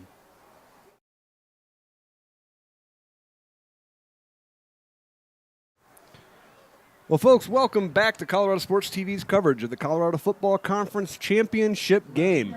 We are now live, finally, but we're now live from North Stadium here in Westminster, Colorado. That's I-25 you see in the background behind the thin fence. We're about to get the second half started here, and I won't be talking quite as much because I don't know jack about football. Thankfully, we got a coach here with us who will take care of that and correct my silly mistakes. That's all right, Scott. Thank you. This is Kevin Palmer. So we're live, as Scott noted, from First Bank Stadium, or oftentimes referred to as North Stadium, where the Greyhawks lead 21-6 in the Colorado Football Conference Championship. And the initial kickoff in the second half, bobbled by the Greyhawks. And Devontae get the ball back out to about the 16-yard line for the Greyhawks. So we'll see if Julian Banks stays at quarterback. I'm going to assume that he will, although we did see backup quarterback Mark Nicolette warming up. Julian Banks, we're not sure if he was sustained an injury or not in the first quarter, but he was out for one drive, and Banks is in there. And so we'll have first down and 10 at the 16-yard line for the Greyhawks. I'll be really curious to see what the Greyhawks do. They have had a couple turnovers, and the Raptors haven't capitalized other than to keep the Greyhawks from scoring. No, but the Raptors have surprised everyone with how tight they've kept this game and how they've kept the Greyhawks off balance at times. Well, and it certainly has been a much closer game than we anticipated, and that's not to slight the Raptors.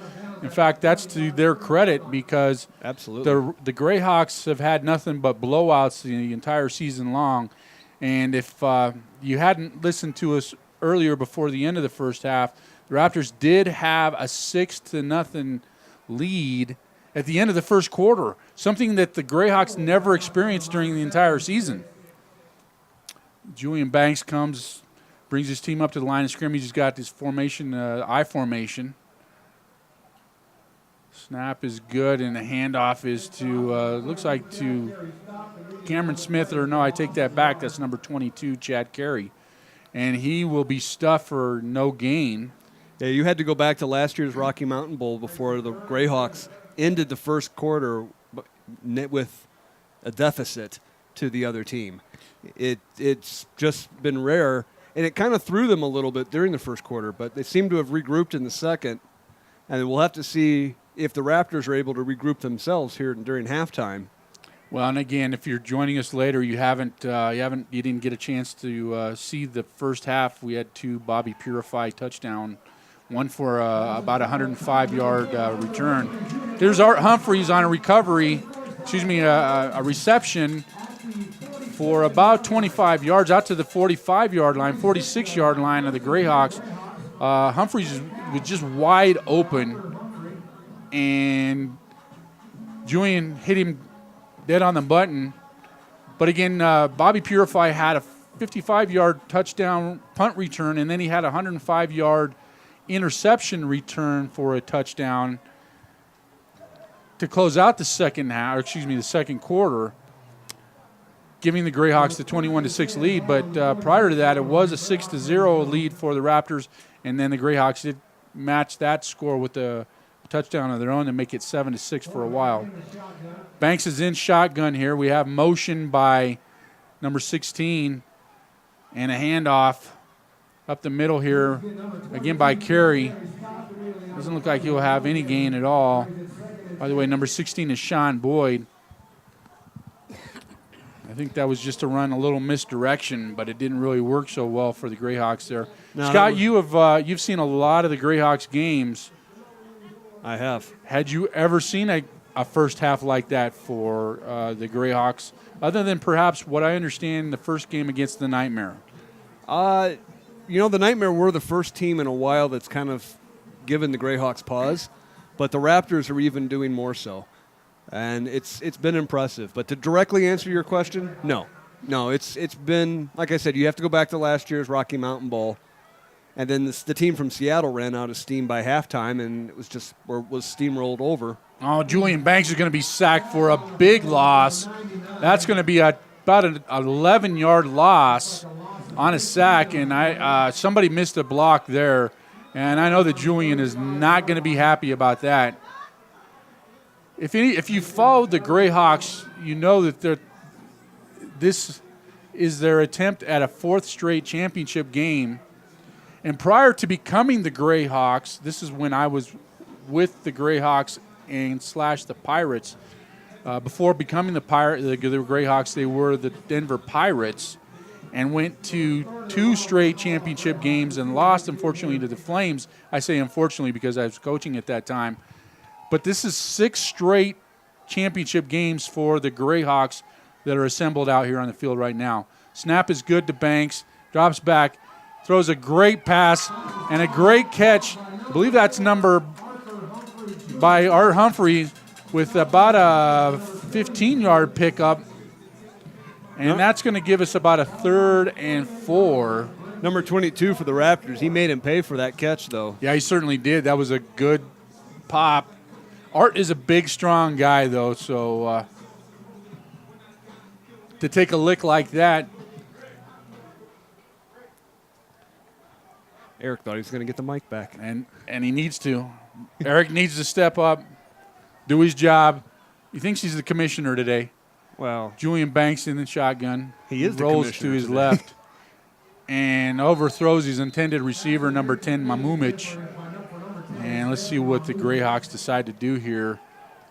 I'm sure the folks out there would much rather hear from the commissioner than me. I can put on a radio voice, but that doesn't mean I know shit about football. Well, it looks like that was actually 4th down for the Greyhawks, so they turned the ball over on downs, and now it'll be 1st down and 10 for the Raptors. Now that's dangerous to do that midfield. Absolutely. So that gives the Raptors a short field here on their own 47-yard line, and the way Watson had played in the first half, certainly giving them a short field can get them right back into this game here. And we do have a fumble, and there's a recovery by Watson, it looks like. Just a bad snap there. It looked to me initially like Watson jumped back on his ball, but now the Greyhawks are saying that they have the ball. let's see what the officials do as they umpile things here. Well, I think they continue to fight for it after the whistle. Absolutely. That's just a wrestling match down there, and the strongest guy's going to win out on that. And it looks like the Raptors will maintain possession. Not the way they wanted to start this drive off with good field position. A loss of 2 and almost a fumble. That'll make, let's call that a loss of 3. It'll now be 2nd down and 13 at their 45-yard line. Watson brings his team out. We've got 2 wide receivers to either side of him and a running back to his left, or excuse me, to his right. Snap is good. He drops back, throws a little flare for about a 5-yard pickup. Now we've got a late flag, and I believe that's going to be considered a late hit or maybe an unnecessary roughness, and I'm not sure if that's Luke Koger there. Well, he was already out of bounds before he picked him up to slam him down. Yeah, I think that's going to be what the call is here, and that's not typically a Luke Koger type of play, but we do have a personal foul against the Greyhawks, so we're going to tack on 15 yards at the end of the run here. And that's going to result in a 1st down.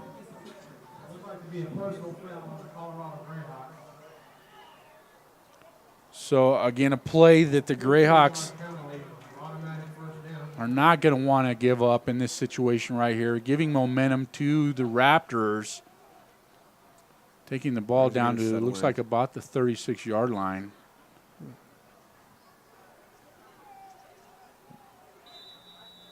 Clock has started. The Raptors go no huddle here. That's something that the Greyhawks struggled with in the first half. Same formation. Snap is good. Oh, and we've got a fumble here and recovered by the Raptors again. Pressure on Watson. And just as it looked like he was trying to position himself to throw the ball, he was sacked, but he fumbled in the midst of that. I'm not sure who caused that. You see that Tyler Brown was probably in on that. Not sure who else was there. Tyler Brown, a long-time CFC player. The pleasure of coaching Tyler Brown when I was with the Denver Titans. Same formation this time with the tailback to the left of Watson. Snap is snap is good, and another bad handoff and a loss of another 3 yards. I'm not sure that was a handoff issue. I wasn't tight enough on that. I saw that the ball went straight to the receiver. It never went to the quarterback directly, or it actually might have ended up going between them. But either way, that was a bad long snap. Yeah, that was certainly not something that the Raptors wanted to do. They were given a gift 1st down. And look who is willing to join us here in the box. The commissioner, Eric Chacon, has graced us with his presence. Sorry to have to leave you on your own there for a while, Kevin. Scott. He wasn't on his own. Scott filled in wonderfully. Excellent. Appreciate that. It was a busy halftime and post-halftime for me, so I apologize for that. Across the middle, and he was wide open. Just let it go straight through his hands. Ball was thrown behind him there. I don't think he would have had a 1st down. Yeah. Eric, one of the things that Scott and I were talking about here during a couple plays. Oh, wait. We need to tell them that we gave ourselves raises and, like rides to the stadiums from now on. Oh, that's right. We did agree upon that we were going to take half the gate from tonight and also 3/4 of the concessions. Yeah. You know what, So Kevin? we really appreciate that, Eric. You've been doing such a good job covering for me that I'm going to go ahead and give you a 200% raise over your last pay. Oh, okay? we're screwed. What's 200% of 0? Exactly. All right, empty backfield, 3 to the right, 2 to the left, waiting for the snap is Watson. Takes it, fades back, throws it over the top to his right, and it's caught. And did he step out of bounds? I think he stepped out of bounds at the 1 yard line, but what a play by Watson and a great reception. And I'm not sure I got the camera twisted around fast enough to show that catch. Yeah, you know what? That defensive back, I think that was JoJo, did a great job of catching that receiver and forcing him out of bounds. But now we're going to be looking at 1st and goal for the Raptors at the 1 yard line. This is exactly what the Raptors needed to get back into this game. Again, Scott and I were talking before you step back in, Eric, that maybe not have been the best play call to go for it on 4th down and turn the ball over at the 47-yard line. All right, so at 1st and goal at the 1, it looks like we're going to go under center. No, we're going to stay in a pistol formation with 2 receivers to the left, 1 to the right. Greyhawks look to be in a forefront, but it is a crowded box. Waiting for the snap is Watson. He gets it. Fakes the handoff, throws over to the right. We've got pass interference. Whoa, he kind of boxed his man out. Do you think that was a defensive pass interference? I think that's defensive pass interference here. Boy, the refs sure have been busy in this game today. They sure have been. I think they've called a pretty decent game today. I know that there would be some that would argue with that, but these are 2 aggressive teams. Pass interference against the defense, so that should be half the distance to the goal and an automatic 1st down. 2 aggressive teams. They have been all year.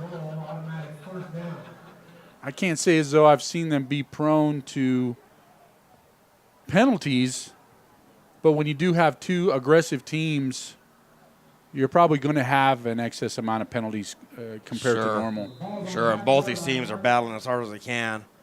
Still 21-6 with 6 minutes, 35 seconds left in the 3rd quarter. Under center is Watson. Handoff to number 20, and the Greyhawks are all over it. He is tackled in the backfield with number 11, Jimmy Provost, in the mix. And that's going to be taken to 2nd and 2. Was that Jimmy Provost or was that Terrell There was Thompson? a group of them. I just saw that Jimmy was in on it. Yeah, that just good push up front. All right, so actually, they look like they're spotting at the 3-yard line now, aren't they? So now we're a 2nd and goal at the 3. So they call that a loss of 1.5. a loss of 3 there, or a loss of 2, excuse me. Right. Uh-oh, we're going to blow the ball dead. Like, And the Greyhawks decided to take a timeout. So I'll tell you what, as they take a break, we're going to go ahead and take a break. And thank you for watching ColoradoSports.TV's coverage of the Colorado Football Conference Championship game.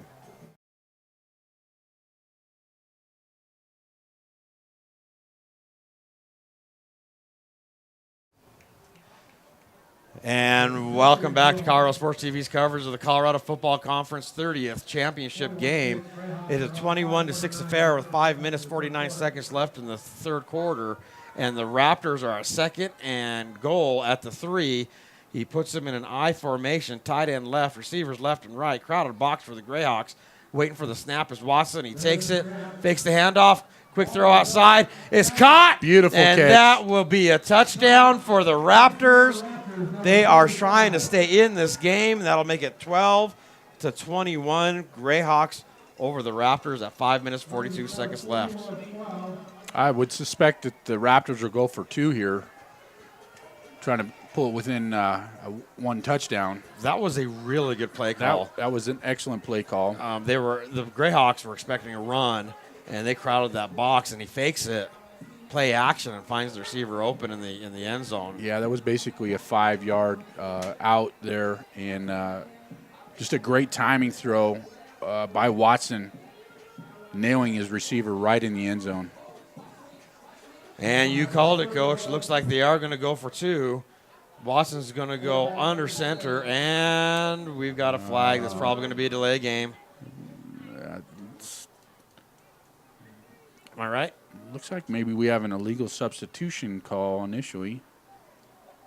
No, delay a game. Delay a game. That's going to make this 2-point try that much harder. That's just not something that you want to do in a championship game. Obviously, that makes the 2-point conversion that much more difficult. On the other hand, it opens up the field a little bit, so let's try to look at things on the bright side here. Yeah, they are going If to have to you're a change the play Raptors fan. call, you'd think. All righty. Join us in the box is Darren Brunson. What's up, bro? You don't want to put you on a mic? You got too much to say, man. I'm just a spectator of the game.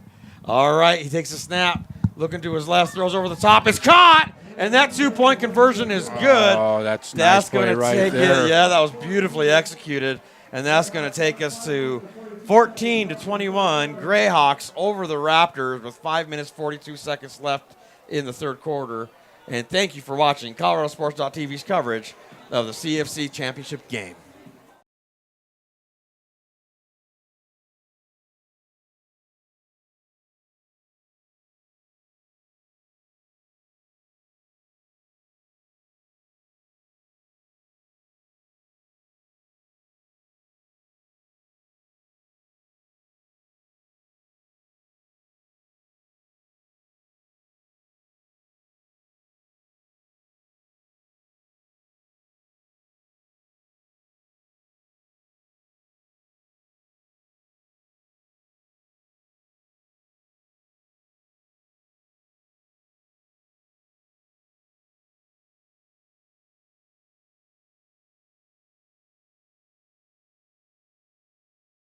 I'm sorry.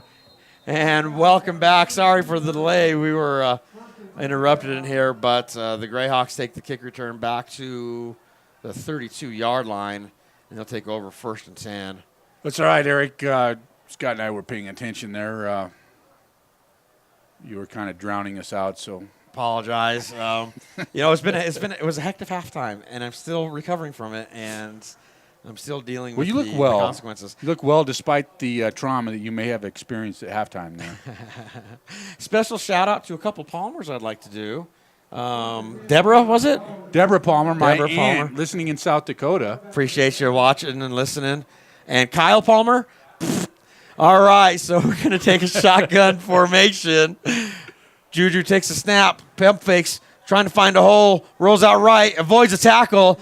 Here comes this 44 on him. He's staying, cutting back inside. Juju's doing what Juju does, finds more Great holes, block. reaches out and just decides to down the ball. But that's going to be a beautiful first down play. We do have an injury. Yeah, we got a Raptor down over there on the far side.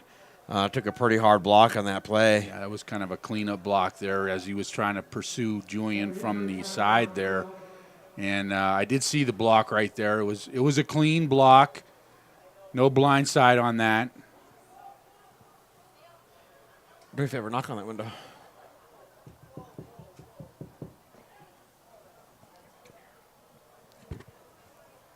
All right, sorry about that, folks.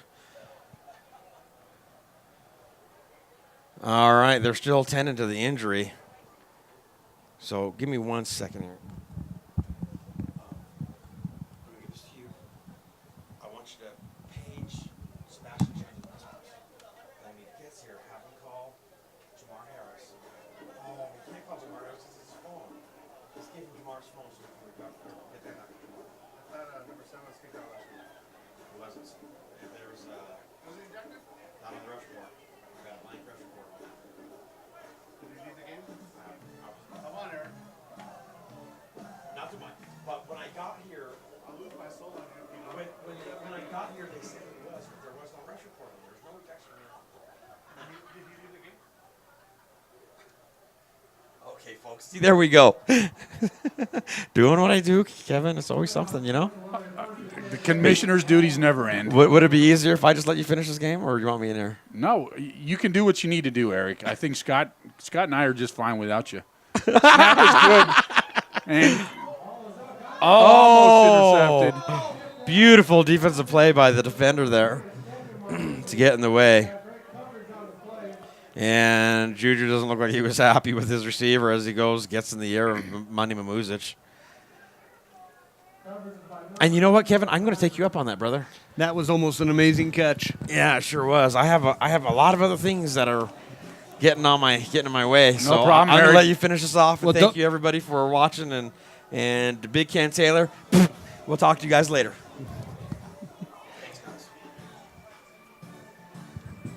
And the commissioner has left the booth.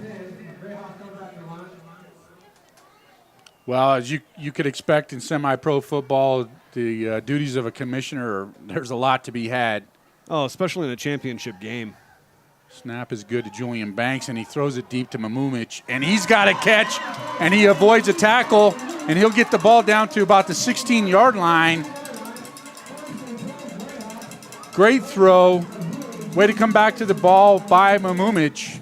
That was a bit of a floater, but it got down to him. He was able to get under it and he zoned in on it. Unfortunately, he wasn't able to pick up any yards after the catch, but that was a nice catch. Brings him down within striking distance of the goal. Right now, I think they're setting him up on the 17-yard line. Well, the Raptors need to get a stop here, try to keep him to a field goal. This has been a great game. Handoff. Nate Guillory will pick up about 7 yards. Now, Gilroy's already got a touchdown today, doesn't he? Guillory does have a touchdown. He had a toss play for a 6-yard touchdown. I was thinking he was our third touchdown. Right, two by Purify and one by Gilroy. And one by Guillory. Which is, if you think about it, a credit to the Raptors defense. At this point in the game, the Greyhawks have only been held to one offensive touchdown. Yeah, you could say that the Raptors would make a case that if they didn't give up 2 big plays, that they would be ahead in this game. And as I mentioned earlier, and they'd be right. Yeah, my philosophy has always been the team that makes the top or the big 5 plays in a game usually comes out on top. And right now, you'd have to say 2 of the top 5 plays right now are the 2 returns by Bobby Purify. Absolutely. Julian Banks is in the shotgun formation. 3 minutes left to go in the third, and Banks will roll to his right, and he'll continue to run, and he'll scramble, and he'll have a first down. It depends on where they're going to spot it, because he kind of went airborne before. Yeah, I think he is going to have a first down. I think they're going to mark him at about the 7. And they do give him a first down. He is out of bounds. It'll be first down and goal for the Greyhawks. It looks to me like, Scott, they marked him out at the 7-yard line. I wasn't quite as tied in on that as I'd wanted to be, but it looked like his final steps before going airborne and then flying across the white line was on the other side of the first down. But I'm up here, they're down there. They obviously have the better vantage point, and Greyhawks' result is a first down.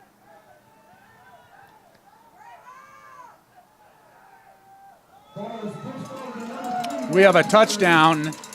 Yes, we do. Just a straight handoff to Guillory.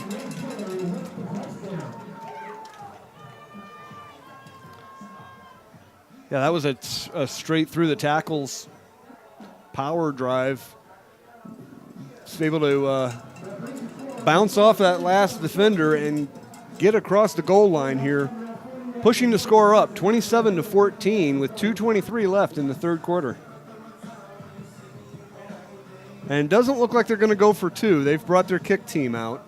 Well, and that only makes sense just to keep it a 2-touchdown difference here. So snap is good. And blocked. No good. And now the Raptors have it, the ball, and can return it for a 2-point return on their own. And looks like that's what's going to happen, except that Ryan Horn saves a 2-point return by the Raptors, which would have made a significant difference in this game.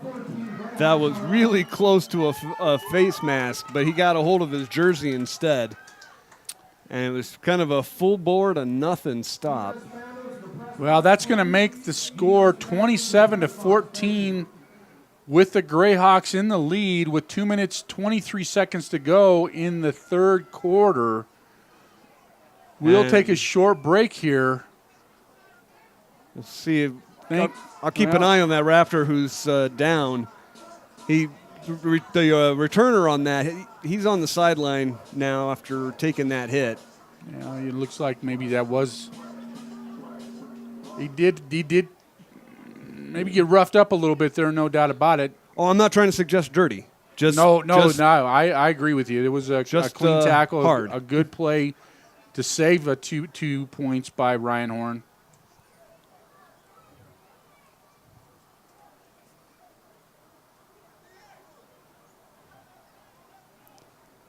So Greyhawks are ready to kick off. Raptors set to receive. Scores 27-14. Greyhawks are up by 13.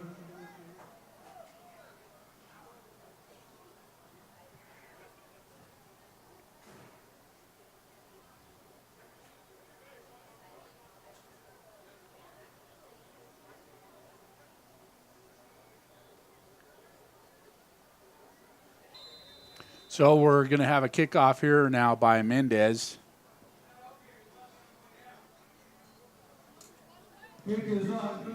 Deep kick.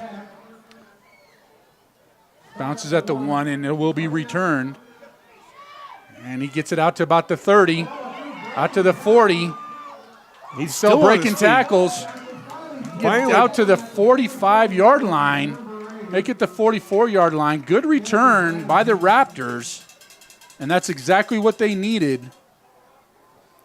They're going to start this drive with midfield positioning. And with their quarterback's arm, it won't take them very long to get down into striking distance.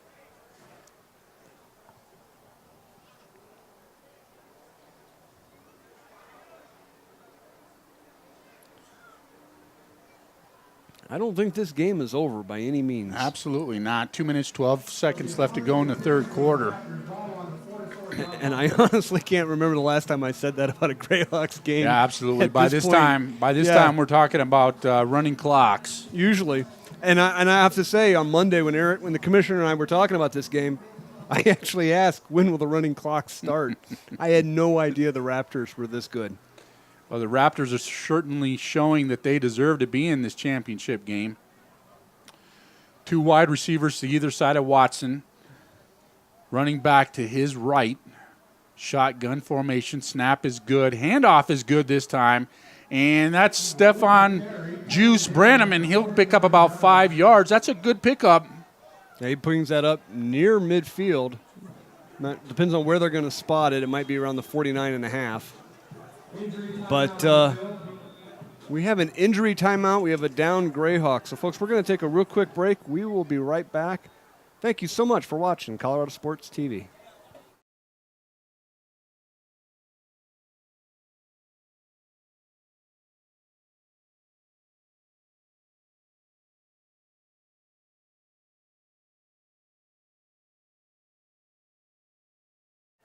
Welcome back, folks.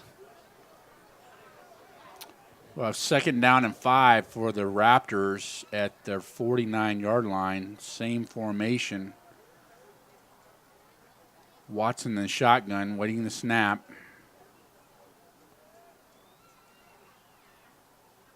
Taking a little bit of time. Snap is good, and we've got a quick pass to number 10. He'll pick up about 2 yards. Not a bad play. Just to pick up a couple yards, it's going to make it about 3rd and 4. Yeah, just enough to push over into the Greyhawks' defensive zone.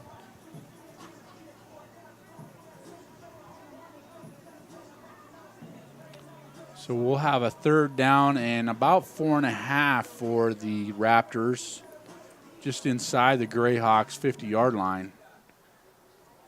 Raptors look like they'll stay in their same formation that they have for the most part. 2 wide receivers to either side. Running back to Watson's left. Oh, we have a stoppage in play here, and we do have some penalties, and I'm going to suspect that we have a false start by the Raptors. We did have initial motion by the Greyhawks, but it was kind of simultaneous, and we do have a false start by the Raptors. That'll back them up 5 yards and make what would have been a manageable 3rd down and 4, now about a 3rd down and 9. Yeah, there was just a little movement on the far side, and then suddenly there was laundry everywhere. 35 seconds left to go in the 3rd quarter. This will be the final play of this quarter, barring a incomplete pass or stoppage of the clock for some reason. Receivers switching positions here.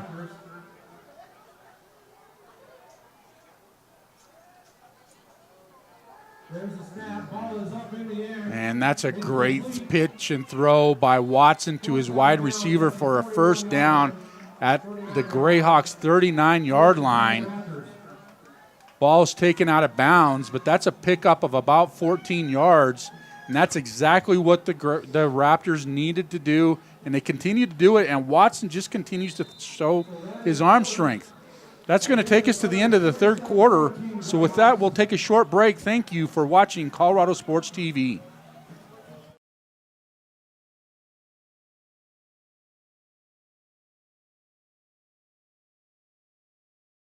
Well, folks, welcome back to the start of the 4th quarter here from North Stadium in Westminster. This is the CFC Championship game where the Raptors are surprising everyone with how they're handling or trying to handle the Greyhawks.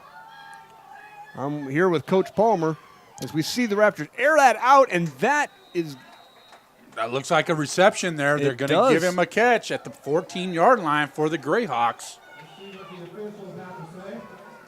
See, Watson's really surprised me tonight. He uses the run game just enough to get the defenders to come in tight, and then he'll go aerial like that. Absolutely, and that was just another great play here. And, again, we continue to say it, Scott, but the Greyhawks have not had to face this type of game. No, and it's to their own detriment, too. I mean, if they roll over everybody all year long, and then they finally get some actual competition, it's hard to be ready. Well, joining us in the booth is longtime CFC Hall of Famer Jason Lechuga. Welcome to the box here. Put the headset on for us, sir. Get your mic turned on. You got Watson going, nice pass and a touchdown. Raptors.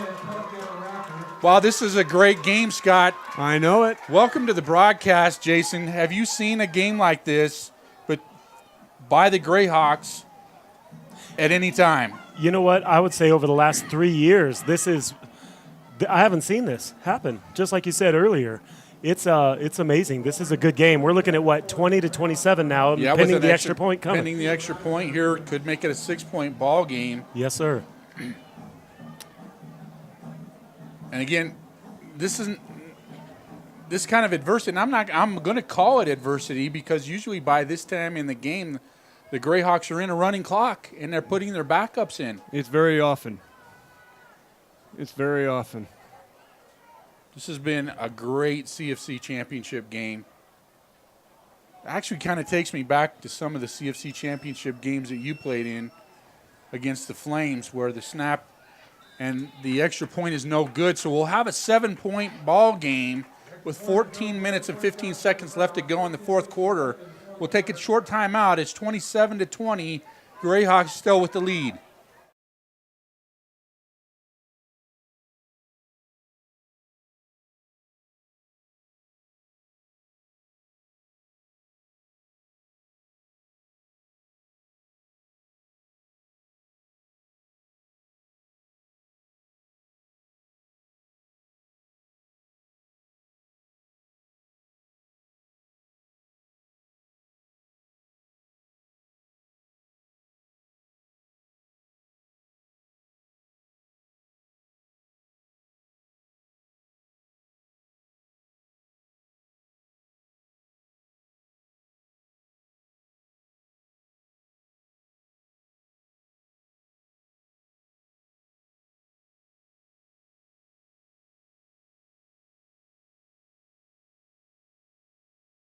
Well, folks, welcome back.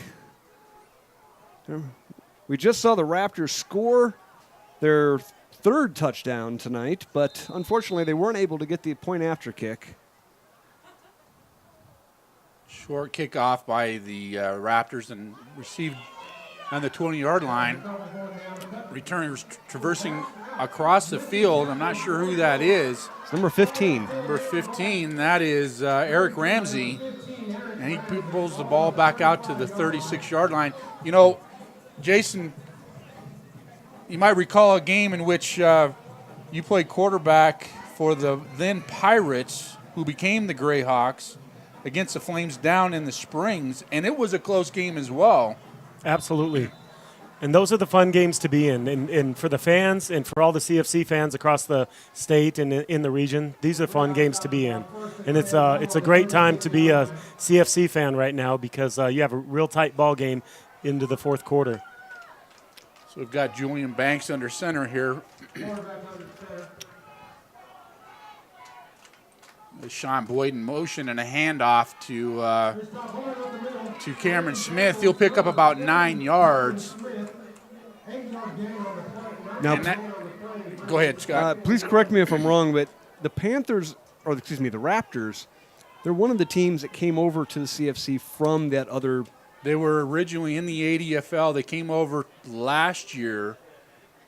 And as the Panthers, you mentioned the Panthers there just a couple of seconds ago. I coached the Panthers last year, and we faced the Raptors in the playoffs. That's no longer Banks. That's actually Mark Nicolette, who throws a touchdown pass for about a 45-yard touchdown pass. Can't make out the number there. That's the Sean Boyd. Nice pitch and catch there. That looked like a Jason Lechuga throw. But way to answer for the Greyhawks after a Raptors touchdown. Point after attempt to go up by 14 again. And you know what? That's what championship teams do, right? Absolutely. They've got to respond. Otherwise, the Raptors have the momentum at that particular moment, and now they just came back and gave up a 65-yard drive in 3 plays.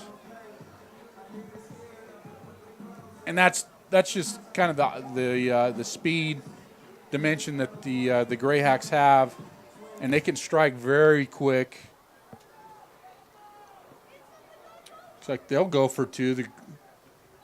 And perhaps the timeout is going to be called by the Greyhawks. So we'll take a short timeout here with the Greyhawks leading 33-20. 13:15 left to go in the fourth quarter. Thank you for watching Colorado Sports TV.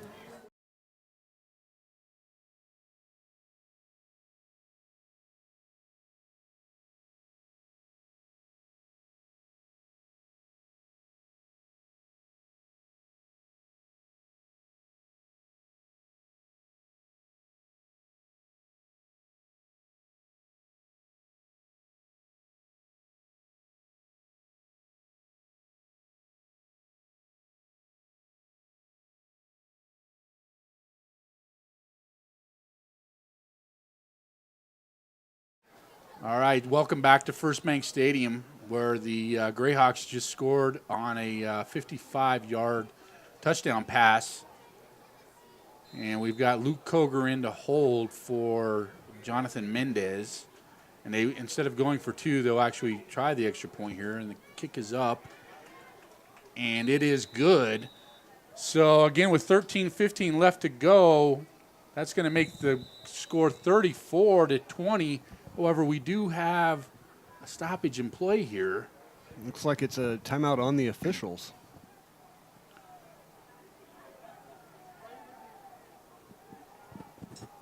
I haven't seen the points be there. The points have been put up on the board. Maybe the players are trying to overcome a little bit of a scuffle here. And we have a Greyhawk on the ground. Yeah, so we do have a player down on the ground. So how about we take a short break here with the Greyhawks up 34-20, 13:15 left to go in the fourth quarter. of the Colorado Football Conference Championship game.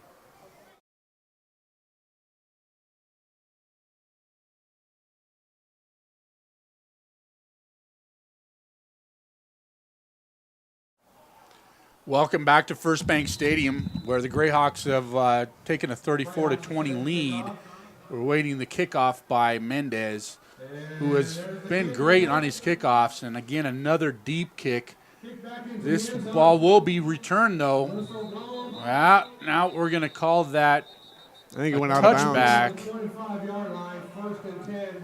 So the Raptors will take the ball at the 25-yard line. Initially, I thought that the receiver there from the Raptors was going to try to return that ball, but the officials blew that dead in the end zone.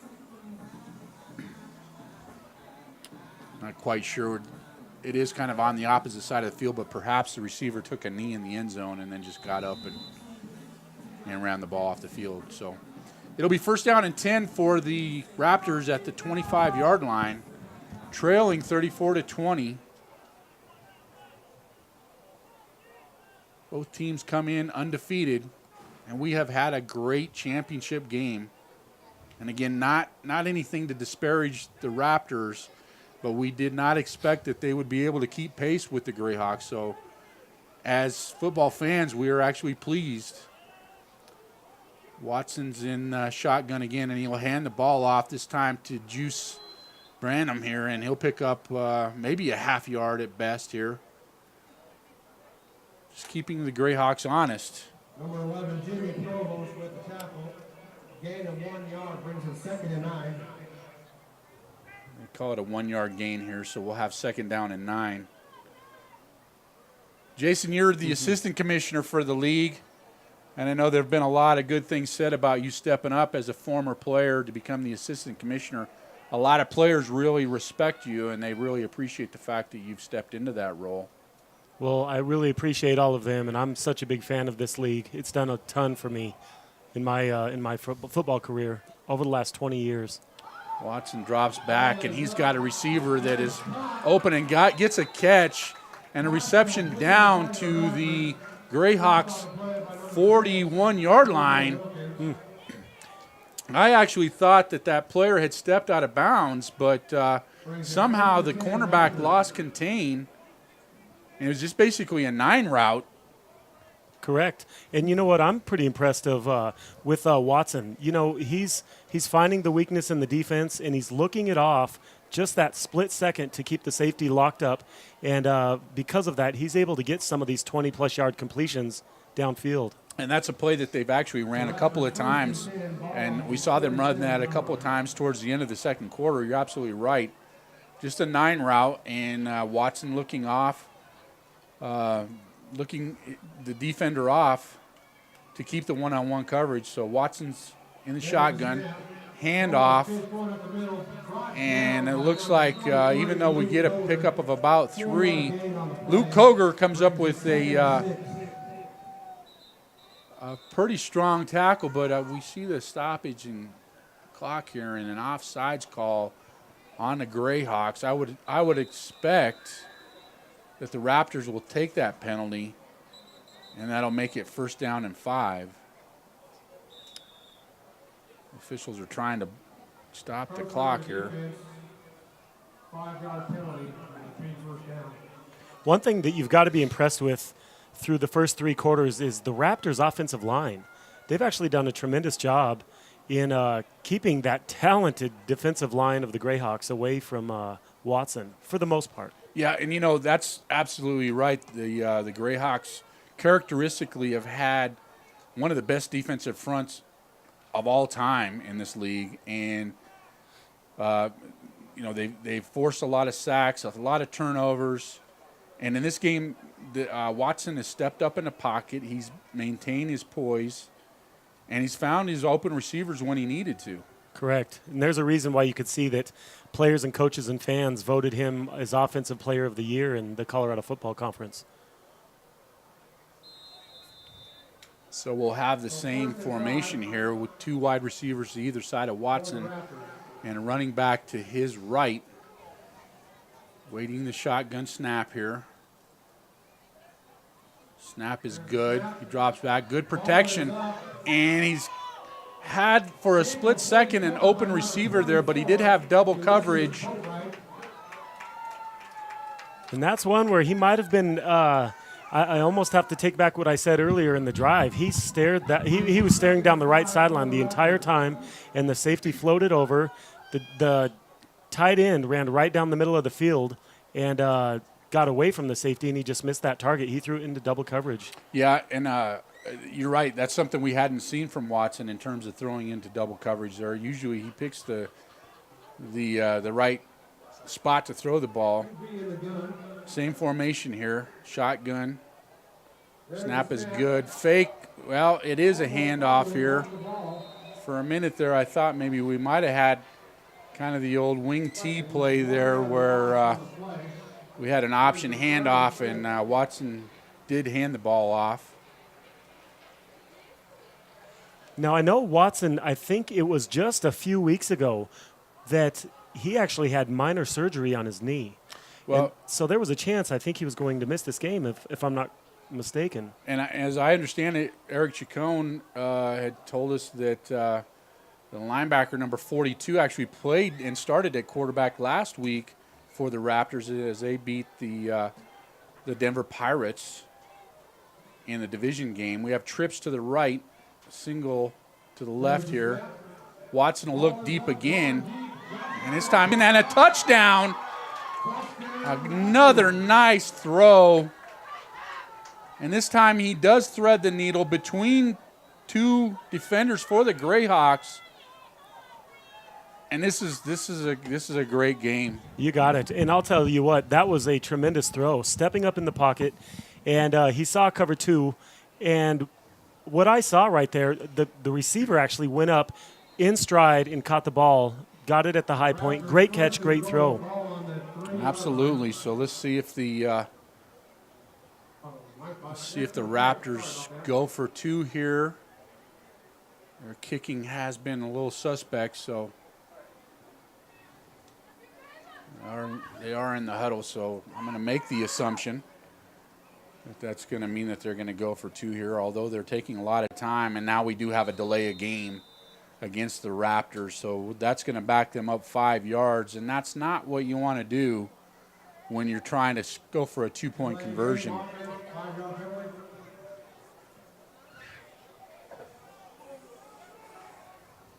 Although they did have a delay of game in the first quarter as well and went for two, and Watson made a nice throw, basically a seam pass. And now he's lining up trips to the right, and he's got twins to the left, empty backfield. Snap is good, and here's a nice, well, I thought it was a completion there, but we had a fade in the end zone and was bobbled and dropped for the two-point conversion. So that's going to keep our score at 34-26. But the Raptors do continue to keep this a close game. We'll take a short break here with 10:16 left to go in the fourth quarter. Thank you for watching Colorado Sports TV.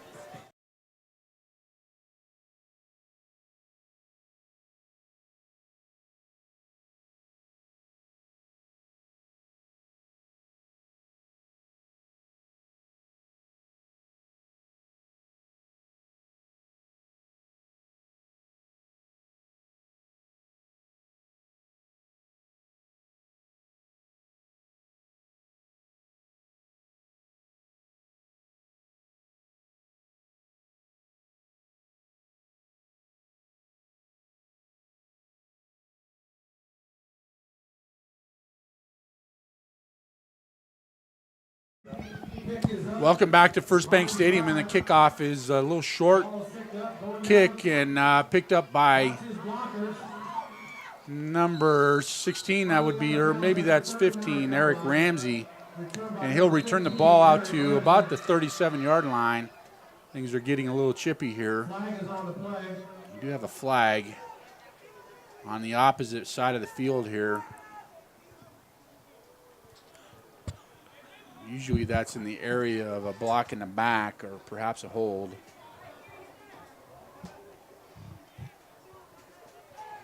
officials have kind of had their work cut out for them in this game in terms of the number of flags. Certainly they don't like to call or throw that many flags.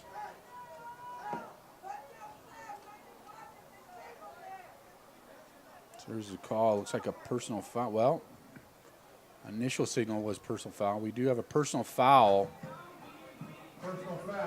on the Greyhawks. I'm not sure what happened over there, but that's going to back the Greyhawks up 15 yards. So that'll give the ball to the Greyhawks at their 23-yard line, first down and 10. Now, Kevin, you've been around this team a lot, and you've been watching a lot of their games. What is their strategy in the fourth quarter in a tight game? Do you even know? Do the coaches even know? And that's a good observation right there, Jason. Is they haven't been in any close games, so normally in the fourth quarter they've got their backups in, and they're running the ball, and they're just trying to kill clock. In fact, they're in running clocks by this time. So this is new territory for the Greyhawks. Quarterback's under center, and that's Collette again, and he hands off to number 22, Carey, who will run the ball out for about 6 yards.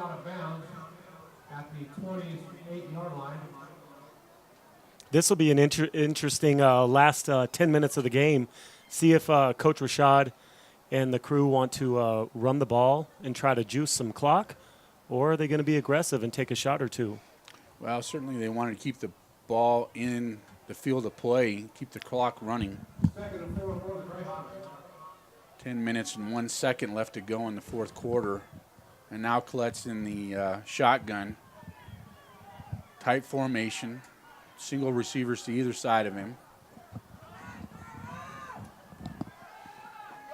And a nice, well, I thought he was going to go down the middle of the field there. And I think that there was a little mix-up between him and the receiver there on that pass. I think that Collette expected that his receiver was going to do a post.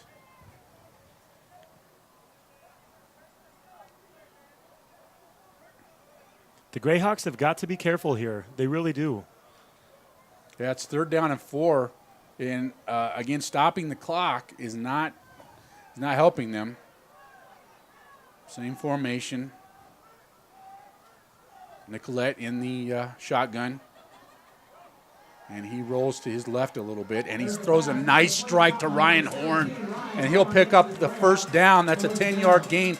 And, you know, Jason, that's something that Ryan Horn has done his entire career in the CFC, is get open on those short little outs, and then when he gets the ball, he's a load to bring down. Correct. And you know what? Ryan has a good set of hands on him as well, and I've used him for a couple of years as my security blanket, and that was a very smart play into the fourth quarter to throw to Ryan Horn. I apologize. I'd been calling Mark Nicolette. I'd been calling him Collette there. I apologize for that. But he is under center here.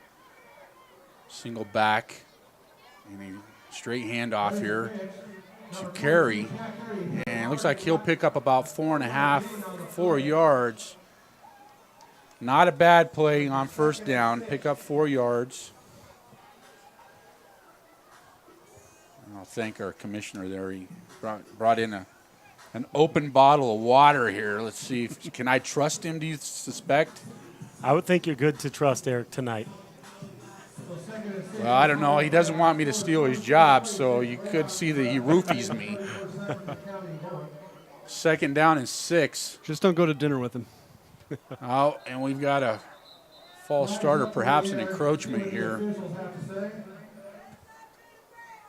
Waiting on what the officials say here. We do have an encroachment on the Raptors here, so that'll be a free 5 yards for the Greyhawks. They'll still be 2nd down, but now it's going to be a short one. What do you do right here, Jason? You got 2nd and 1. You know you have to gamble. In my opinion, what I would do is a rollout. I would definitely do a bootleg. I would sell the run. I would have my linemen sell the run for a full couple of seconds, and then I would bootleg out, and I would have a safety underneath, safety outlet underneath, and then I would look at my first target deep. Nicolette is under center, and we do have just a pitch to Carey, and he's getting flushed into the backfield here, and he'll be lucky to get back to the line of scrimmage, but he powers his way forward for a first down. That was just a good hard run by Carey on that. You know, it looked like he was touched first, 5 yards deep into the backfield. He made something out of nothing. Size certainly played a factor in that. Now we have a stoppage by the officials. I don't know if they're going to – maybe they advanced the sticks a little too quick there. But the initial signal was a first down. You know, the referees want to do a good job. They understand it's a championship game. So they've been a little patient tonight in a few situations. Well, normally if they miss a play or two, everyone grumbles about it for 6 days until the next week, and then they focus on the next week. But in this case, they'd be grumbling about it until April. Correct. Good point, Scott. And in a tight game, you betcha. So we do have a first down by the Greyhawks. So we've got Nicolette in the shotgun, single receivers to either side of him, and a running back to his right. First down and 10 at the 47-yard line of the Greyhawks. Rolls to his left, and he throws a ball into the feet of Ryan Horn.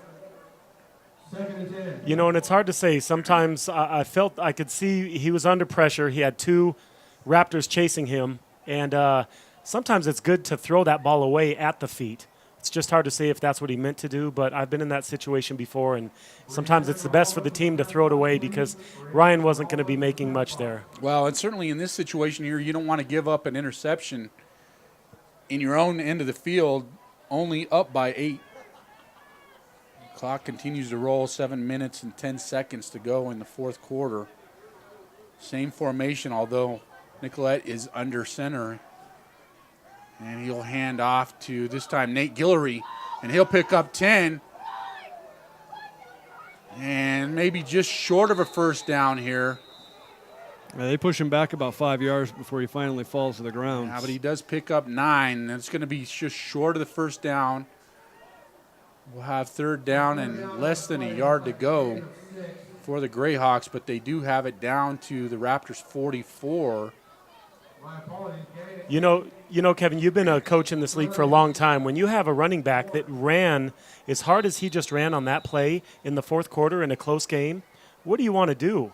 If I'm a head coach, I'm thinking about feeding that ball to him.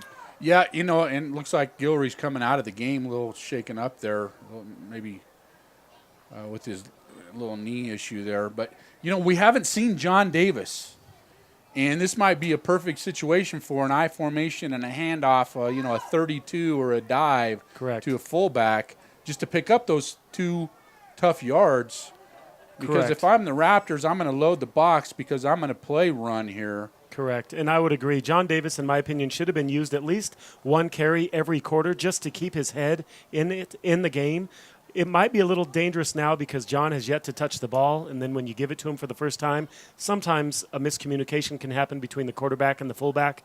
But John Davis is just one heck of a player, and this is somebody that you could definitely rely on to pick up some yards and hold on to the ball.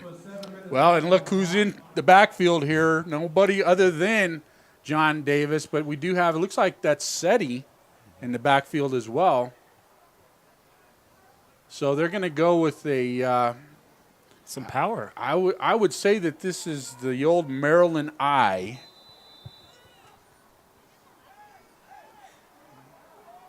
There's about 750 pounds in that backfield right now. Oh, and now we've got they're going to draw the Raptors offside, but Smith carries the ball, and it looks like he'll have a first down regardless, but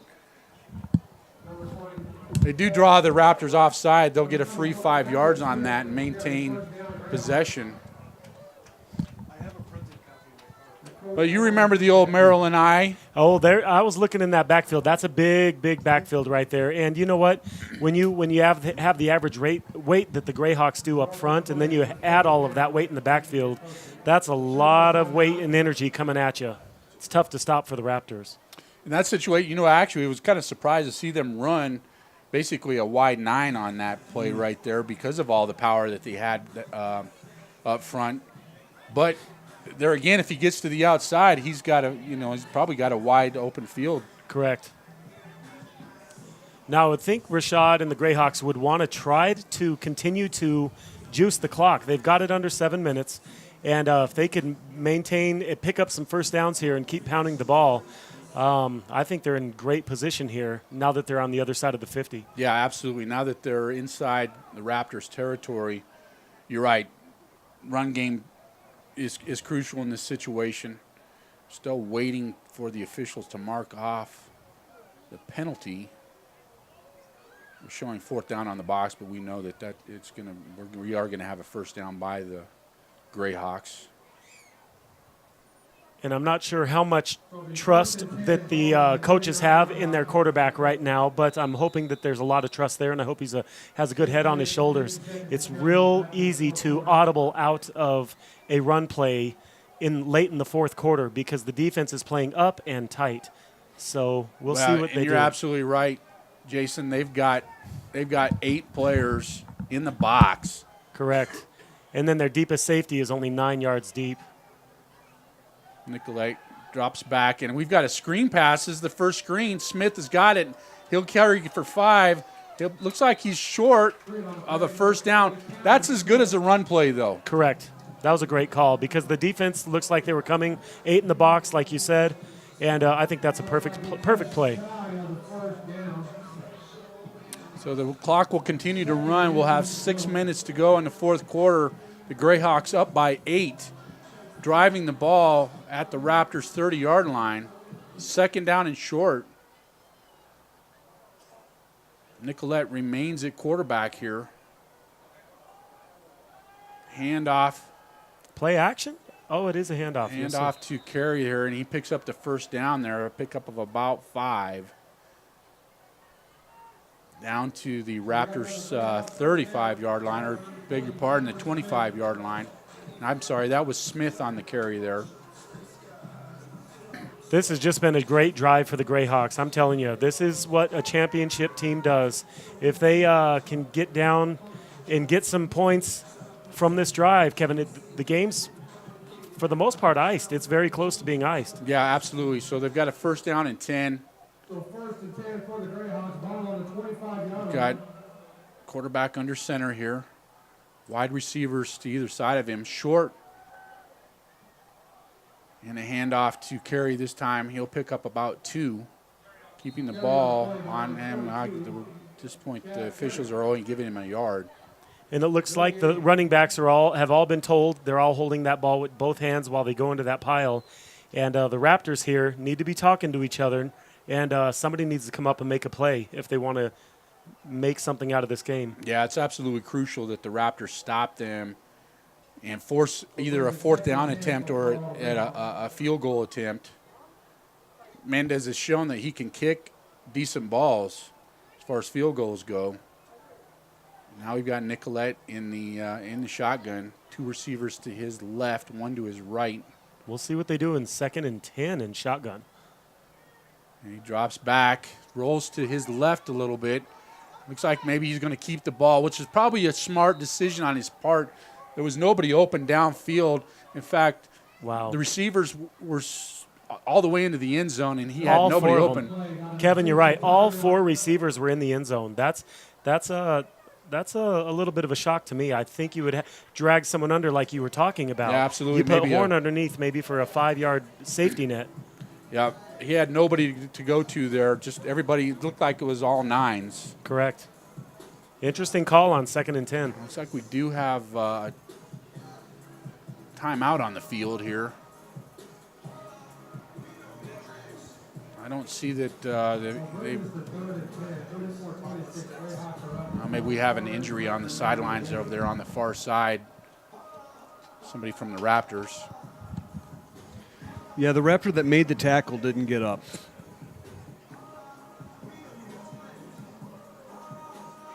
He did stop the quarterback for no gain, but it looks like he paid for it.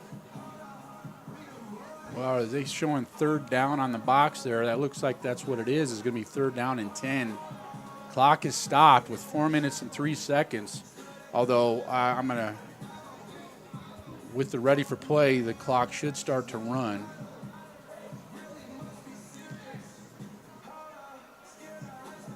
think this could be somewhat of a significant injury, although they are getting him up to his feet. That's a good sign. He's mostly under his own power as he kind of stumbles to the sideline here. Again, we don't have a roster for the Raptors, so we apologize that we can't give names out for the Raptors. We're not trying to be biased towards the Greyhawks in any way. So it'll be 3rd down and 10 for the Greyhawks. Clock will start with 4 minutes to go in this championship game. And again, now the Greyhawks come out in the Maryland I. We'll see if they do pound it up the middle here, although it might be a great opportunity for a boot right. You know, they do hand off. And it's going to be a touchdown by the Greyhawks. Looks like that's carry number 22 for a 25-yard touchdown. Wow. That was a great call. You know what, Kevin? That was a great call. To Absolutely. the right, they ran to the strong side, and just too much beef up front. There was a big hole there that I think you and I might have even been able to score on that one. Well, even with my bad foot, you think? Absolutely. You could have at least hopped for about 7. Well, 7 yards. That makes a big difference in this game now. They're up by 14 are the Greyhawks, and they are going to go for an extra point, which would make it a 15-point difference with 3 minutes, 36 seconds left to go. Luke Koger on the hold. We're going to have an offsides call on the Raptors. Really No whistle yet. Well, I'm really surprised that the officials didn't blow that dead, although it is a live ball, Correct. technically without any kind of contact. It was obvious what the ruling on the field was going to be. Now, this will be interesting, Kevin, because we've seen Watson march his team down the field twice, I think, for 80-plus yard drives, which is somewhat unheard of against this Greyhawk defense. And he's had a couple of drives that have only lasted a few minutes long. Absolutely. So we'll see this if the game is Greyhawks- not over by any minute. Correct. Now, there's a lot of veteran players on that defense, on that Greyhawks defense. So we'll see if which side prevails here. You know, actually, I just realized what the best compliment to the Raptors is right now. Snap is good, and when the extra point is good. Go ahead, Scott. Normally, with 3 minutes and 36 seconds left to go in the game, at least half of the Greyhawks have their pads off. Yeah, you're right. Even running clock or not, but at least half of them have their pads off, and they're already starting to joke around. Then we Well, don't see any of that at all tonight. The game, their score now is 41-26. 15-point lead for the Greyhawks. We'll keep it here as we get ready for the kickoff here. And if I can, Kevin, before I exit the booth here in about another minute and a half, I just want to say thank you personally, man. You've been a friend of mine for a long time, and you've done a lot for this league. And I really want to thank you for all that you've done for this league. This league has been around 30 years now, and you're a big reason why it's successful. So, You know, I tell you what, it doesn't get enough press coverage, but the Colorado Football Conference has some legit talent. It has some legit teams in it. And it's good football. correct. And I really do appreciate that, Jason. I have been in the league for 10 years, and I've always tried to convince you to come out of retirement. Yes, sir. Well, you almost did it the other day. I let my wife read something on Facebook, and then the kids, my oldest son here, Marcus, sitting next to me, he wants nothing more than me to put the pads on. Come on, Marcus, you got to convince him to come back. Yeah. I do want to go back to coaching next year when I've yet to be seen here if my wife will let me. Yes, sir. And you know, it is interesting what the league is going through just this week in the Denver Post on Channel 7. So it is getting some good publicity right now. Absolutely. And Altitude Sports did a good feature on with Vic Lombardi as the kickoff goes to the Raptors, and they'll return the ball out to about the 30-yard line. Jason Lechuga, thank you very much for being here. We know that you have some Yes, sir. We're going to head down to the field, bring some trophies down there, and get ready to celebrate with the winning team. And we'll see what Watson here can do in the last few minutes. All right, sir. Thank you for your assistance. Yes, sir. Thank you.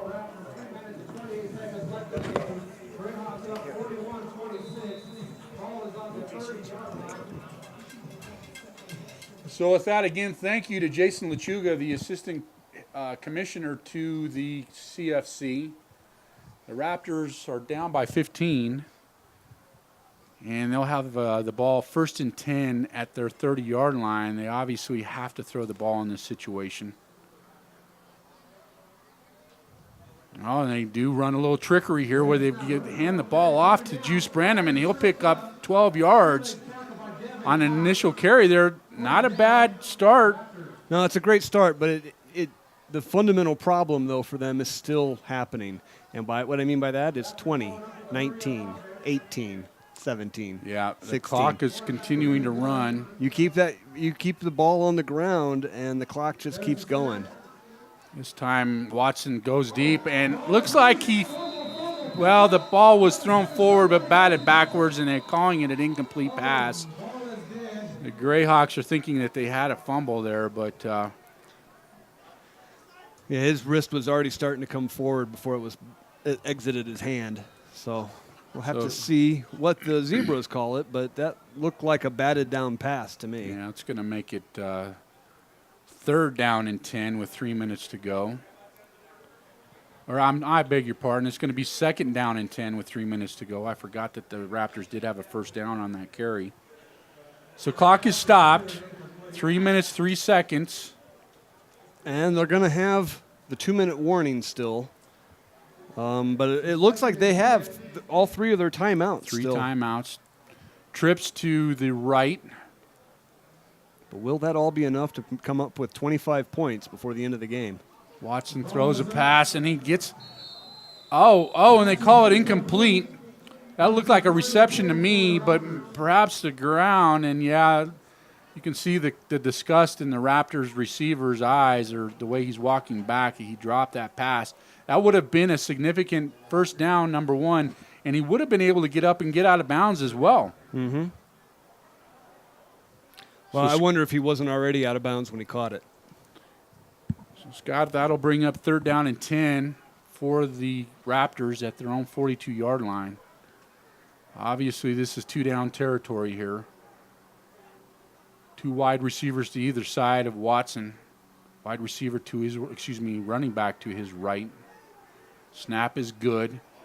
Oh, and then he's going to be sacked. A lot of pressure coming from either side by the Greyhawks.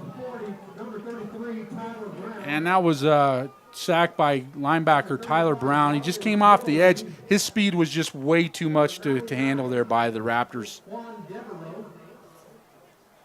Also in there was Quan Devereaux, where he put pressure up the middle. So the clock continues to run. We've got 2 minutes, 28 seconds. It's 4th down and about 15. This is a make or break play. Empty backfield. Watson gets the snap. Short drop, and he throws deep, and it's going to be knocked down, almost intercepted. I think that would have been Bobby Purify with a chance. I don't see any flags on the. Thanks, TJ. We do have the officials talking to each other, but you're right. I don't see a flag either. I see something that looks like it could be a napkin right there in the middle, around between the 40 and the 45, or the 35 and the 40 here on the Greyhawks side, but I think it's actually debris that blew onto the field. We have a personal foul on the Greyhawks. That's not what they wanted to do, because now they're going to give up 15 yards and an automatic 1st down, where they could have had the ball with 2 minutes, 7 seconds left to go and just taken a knee. So now we'll have 1st down and 10 for the Raptors at the Greyhawks 47-yard line.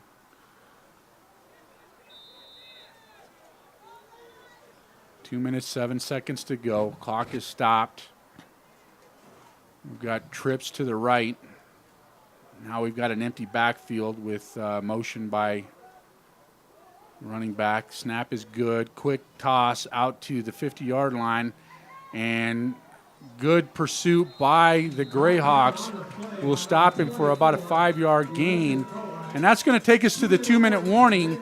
With 1 minute, 57 seconds left to go in the game, the Greyhawks are leading 41-26. Thank you for listening and watching Colorado Sports TV.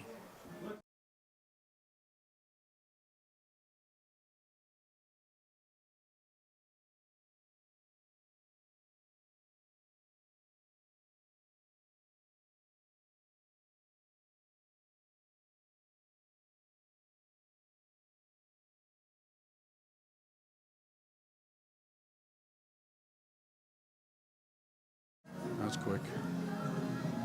And we're back here at First Bank Stadium here. Raptors will have the ball, second down and about 6. Empty backfield for Watson. Snap is good. He drops back, short drop, and he's pressured a lot. Throws an incomplete pass, and it looks like he's actually a little. Well, I take that back. That's one of the offensive linemen that's a little shaken up, but he gets up. It'll be third down, and call it 5. 5.5. Well, it looks to me, Scott, as though the Greyhawks are going to have their 4th straight CFC championship game. Barring some kind of miraculous 2 minutes, that'll maybe get us on Sports Center. I'd have to agree with you. Empty backfield for the Raptors. Watson in shotgun, short drop. He throws the ball, and he does have a completion, and it looks like it will be enough for a first down. That'll stop the clock at the Greyhawks' 36-yard line. Raptors have got to hustle. They've got to get to the line of scrimmage because once the chains are set and the clock is now started, yeah, they need to be ready when the chain game is. And they do get to the line of scrimmage. Snap is good. And a little mix-up there between wide receiver and quarterback. Wide receiver ran a 10-yard and in. The quarterback thought maybe he was going to run an out there, but nevertheless, it does stop the clock. So, which honestly might have been his goal all along. Yeah, not a bad circumstance there for the Raptors. If they do get a touchdown here and either a 2-point conversion or they go for an extra point and an onside kick and recover the ball, they still have a shot. They have 3 timeouts left, 1:31, second down and 10. Greyhawks are kind of in a prevent defense here, and now we've got to delay a game against the Raptors. Not what they needed. No, that's just making it harder on themselves. That'll back them up 5, so it'll be second down and 15 from the 41 or 42-yard line.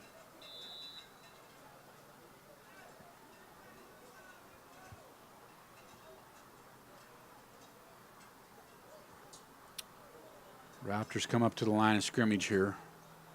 Empty backfield. And they're not able to run those 9 routes that they were earlier in the game because the Greyhawks are playing off. Pass is batted down and incomplete. That's going to bring up third down and 15. Sorry about that, folks. It tricked me. I thought he got that pass off, so I started to follow the ball, and I went the wrong way. That's never happened in a game before, Scott. Never. I've never seen that happen on an NFL game. Well, see, that's where the advantage of having multiple cameras are, because if you've got a cameraman who makes that mistake, you can just switch over to a different camera.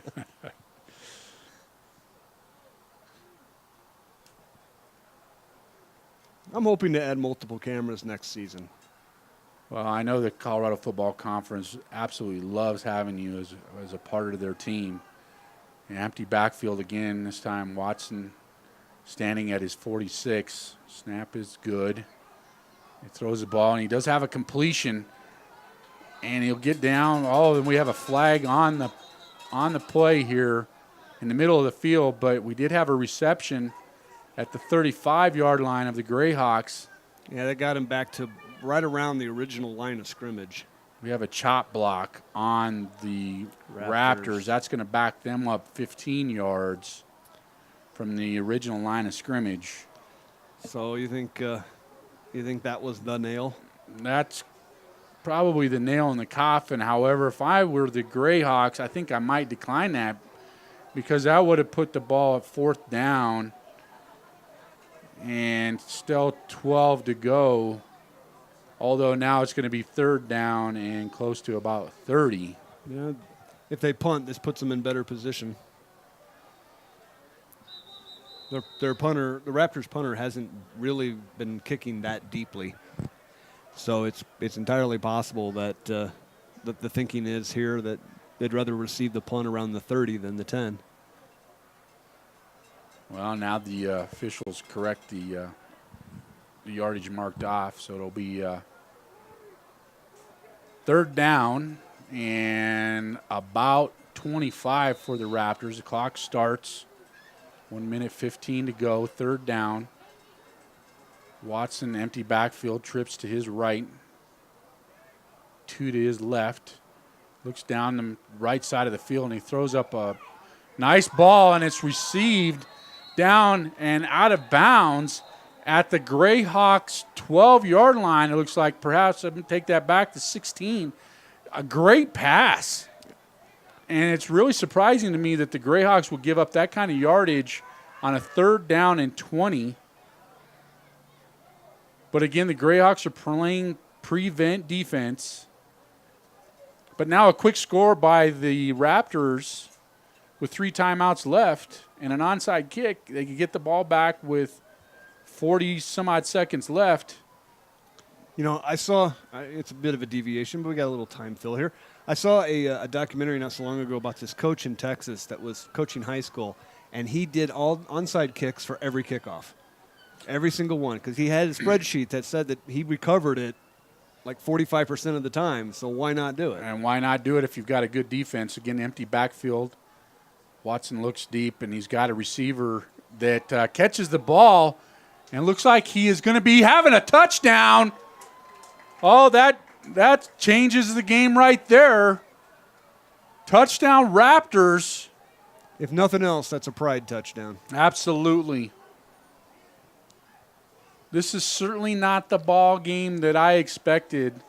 I expected a Greyhawks blowout. And again, that's not to disparage the Raptors, but that's just simply what every game for the Greyhawks have been this season and most of last season too, for that matter. And this has also got to make me wonder if the failure to get the point after, that the couple times that they didn't get the 2-point conversions and the point after kick was blocked, if that's going to come back to bite them now. Absolutely. So we've got a score of 41-32 showing on the scoreboard here.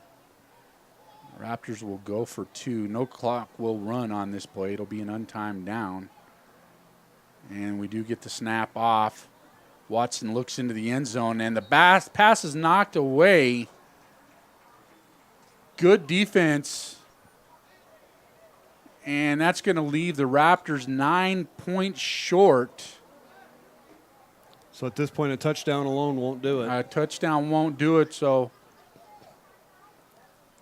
that's going to probably be the final nail in the coffin unless the Greyhawks do something silly and give up the ball. Now, I'm just going to say point after is worth 1 because of the kick. And they've gone at for 2 each time and failed, but right. That loss of 3 points. That's huge, absolutely significant right now because they would have been down by 6, if not 7. Yeah. And I'm sure that they will try an onside kick here. I mean, why not? Even though you're down by 9. The Greyhawks are coming up looking for an onside kick as well.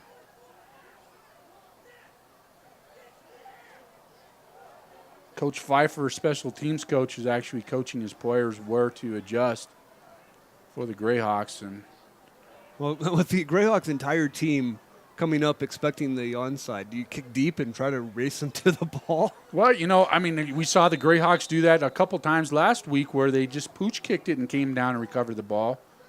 So here's the onside attempt, and it is touched, and it looks like it is recovered by the Greyhawks at the Raptors' 44-yard line. Yep, the Greyhawks came up with it, so that's pretty much going to be it. They'll just take 2 kneel downs and call it a day. Well, the Raptors do have 3 timeouts, so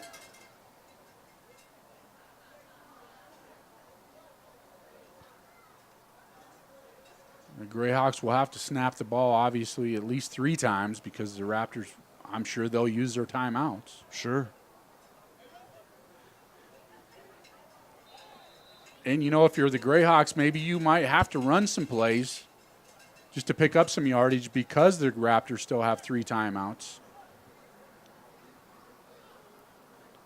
Their run game has been pretty consistent all season long. At this point, though, time management's more important than run game. Really, it's just finding ways to eat the clock. Well, we've got Nicolette under center. And he does hand the ball off. And that's to Carey, and he'll pick up a first down. He's going to want to stay in bounds here, and he does. But the clock will stop with a first down. And now perhaps, well, there's the Gatorade bath to Jesus. That's his nickname. The offensive coordinator is letting everyone know he's a little chilly now.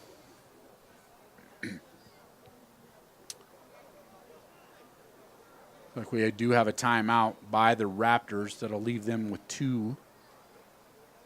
And now they are in a position where they can just take a couple of knees. And even though the Raptors have a couple timeouts, there's still not enough time left on the clock.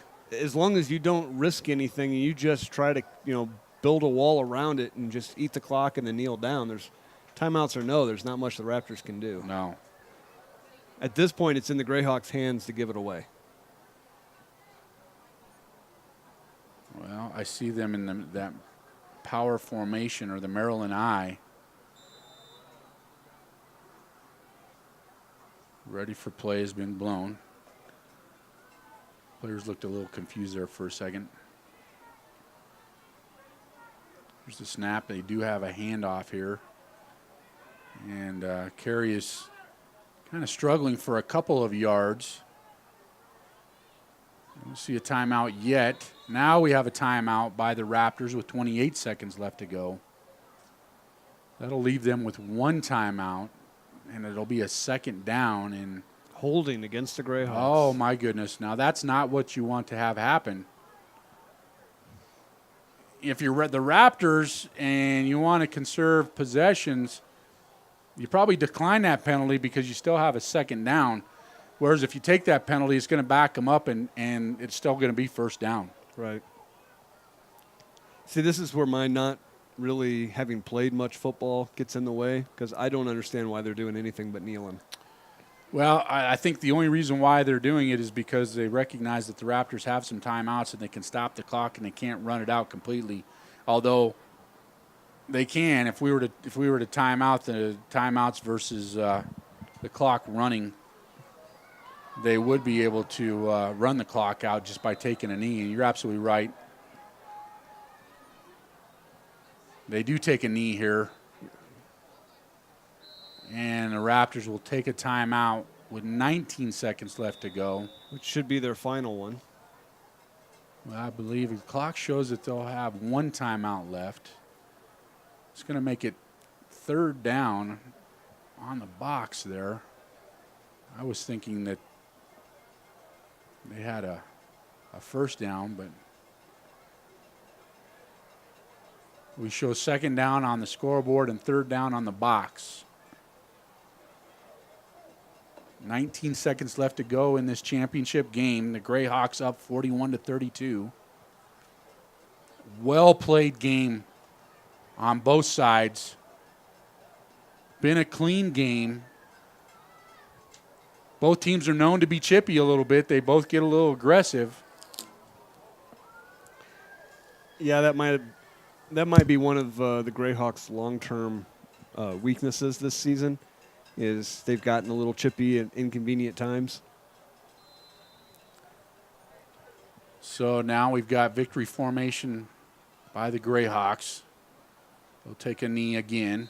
It's offsides by the Raptors, though. Let's see if they... No, they just let it go, and well, let's see. there go the hugs. Raptors do call their last time out, though, with 15 seconds left to go. I was thinking that it should have been 2nd down there, but we show 2nd down on the scoreboard and 4th down on the box. I'd go with the box. So we do have a timeout by the Raptors. Yep. Now, if the Greyhawks do take a knee here, which I would imagine that they do, and it's 4th down, that's going to give the Raptors the ball back.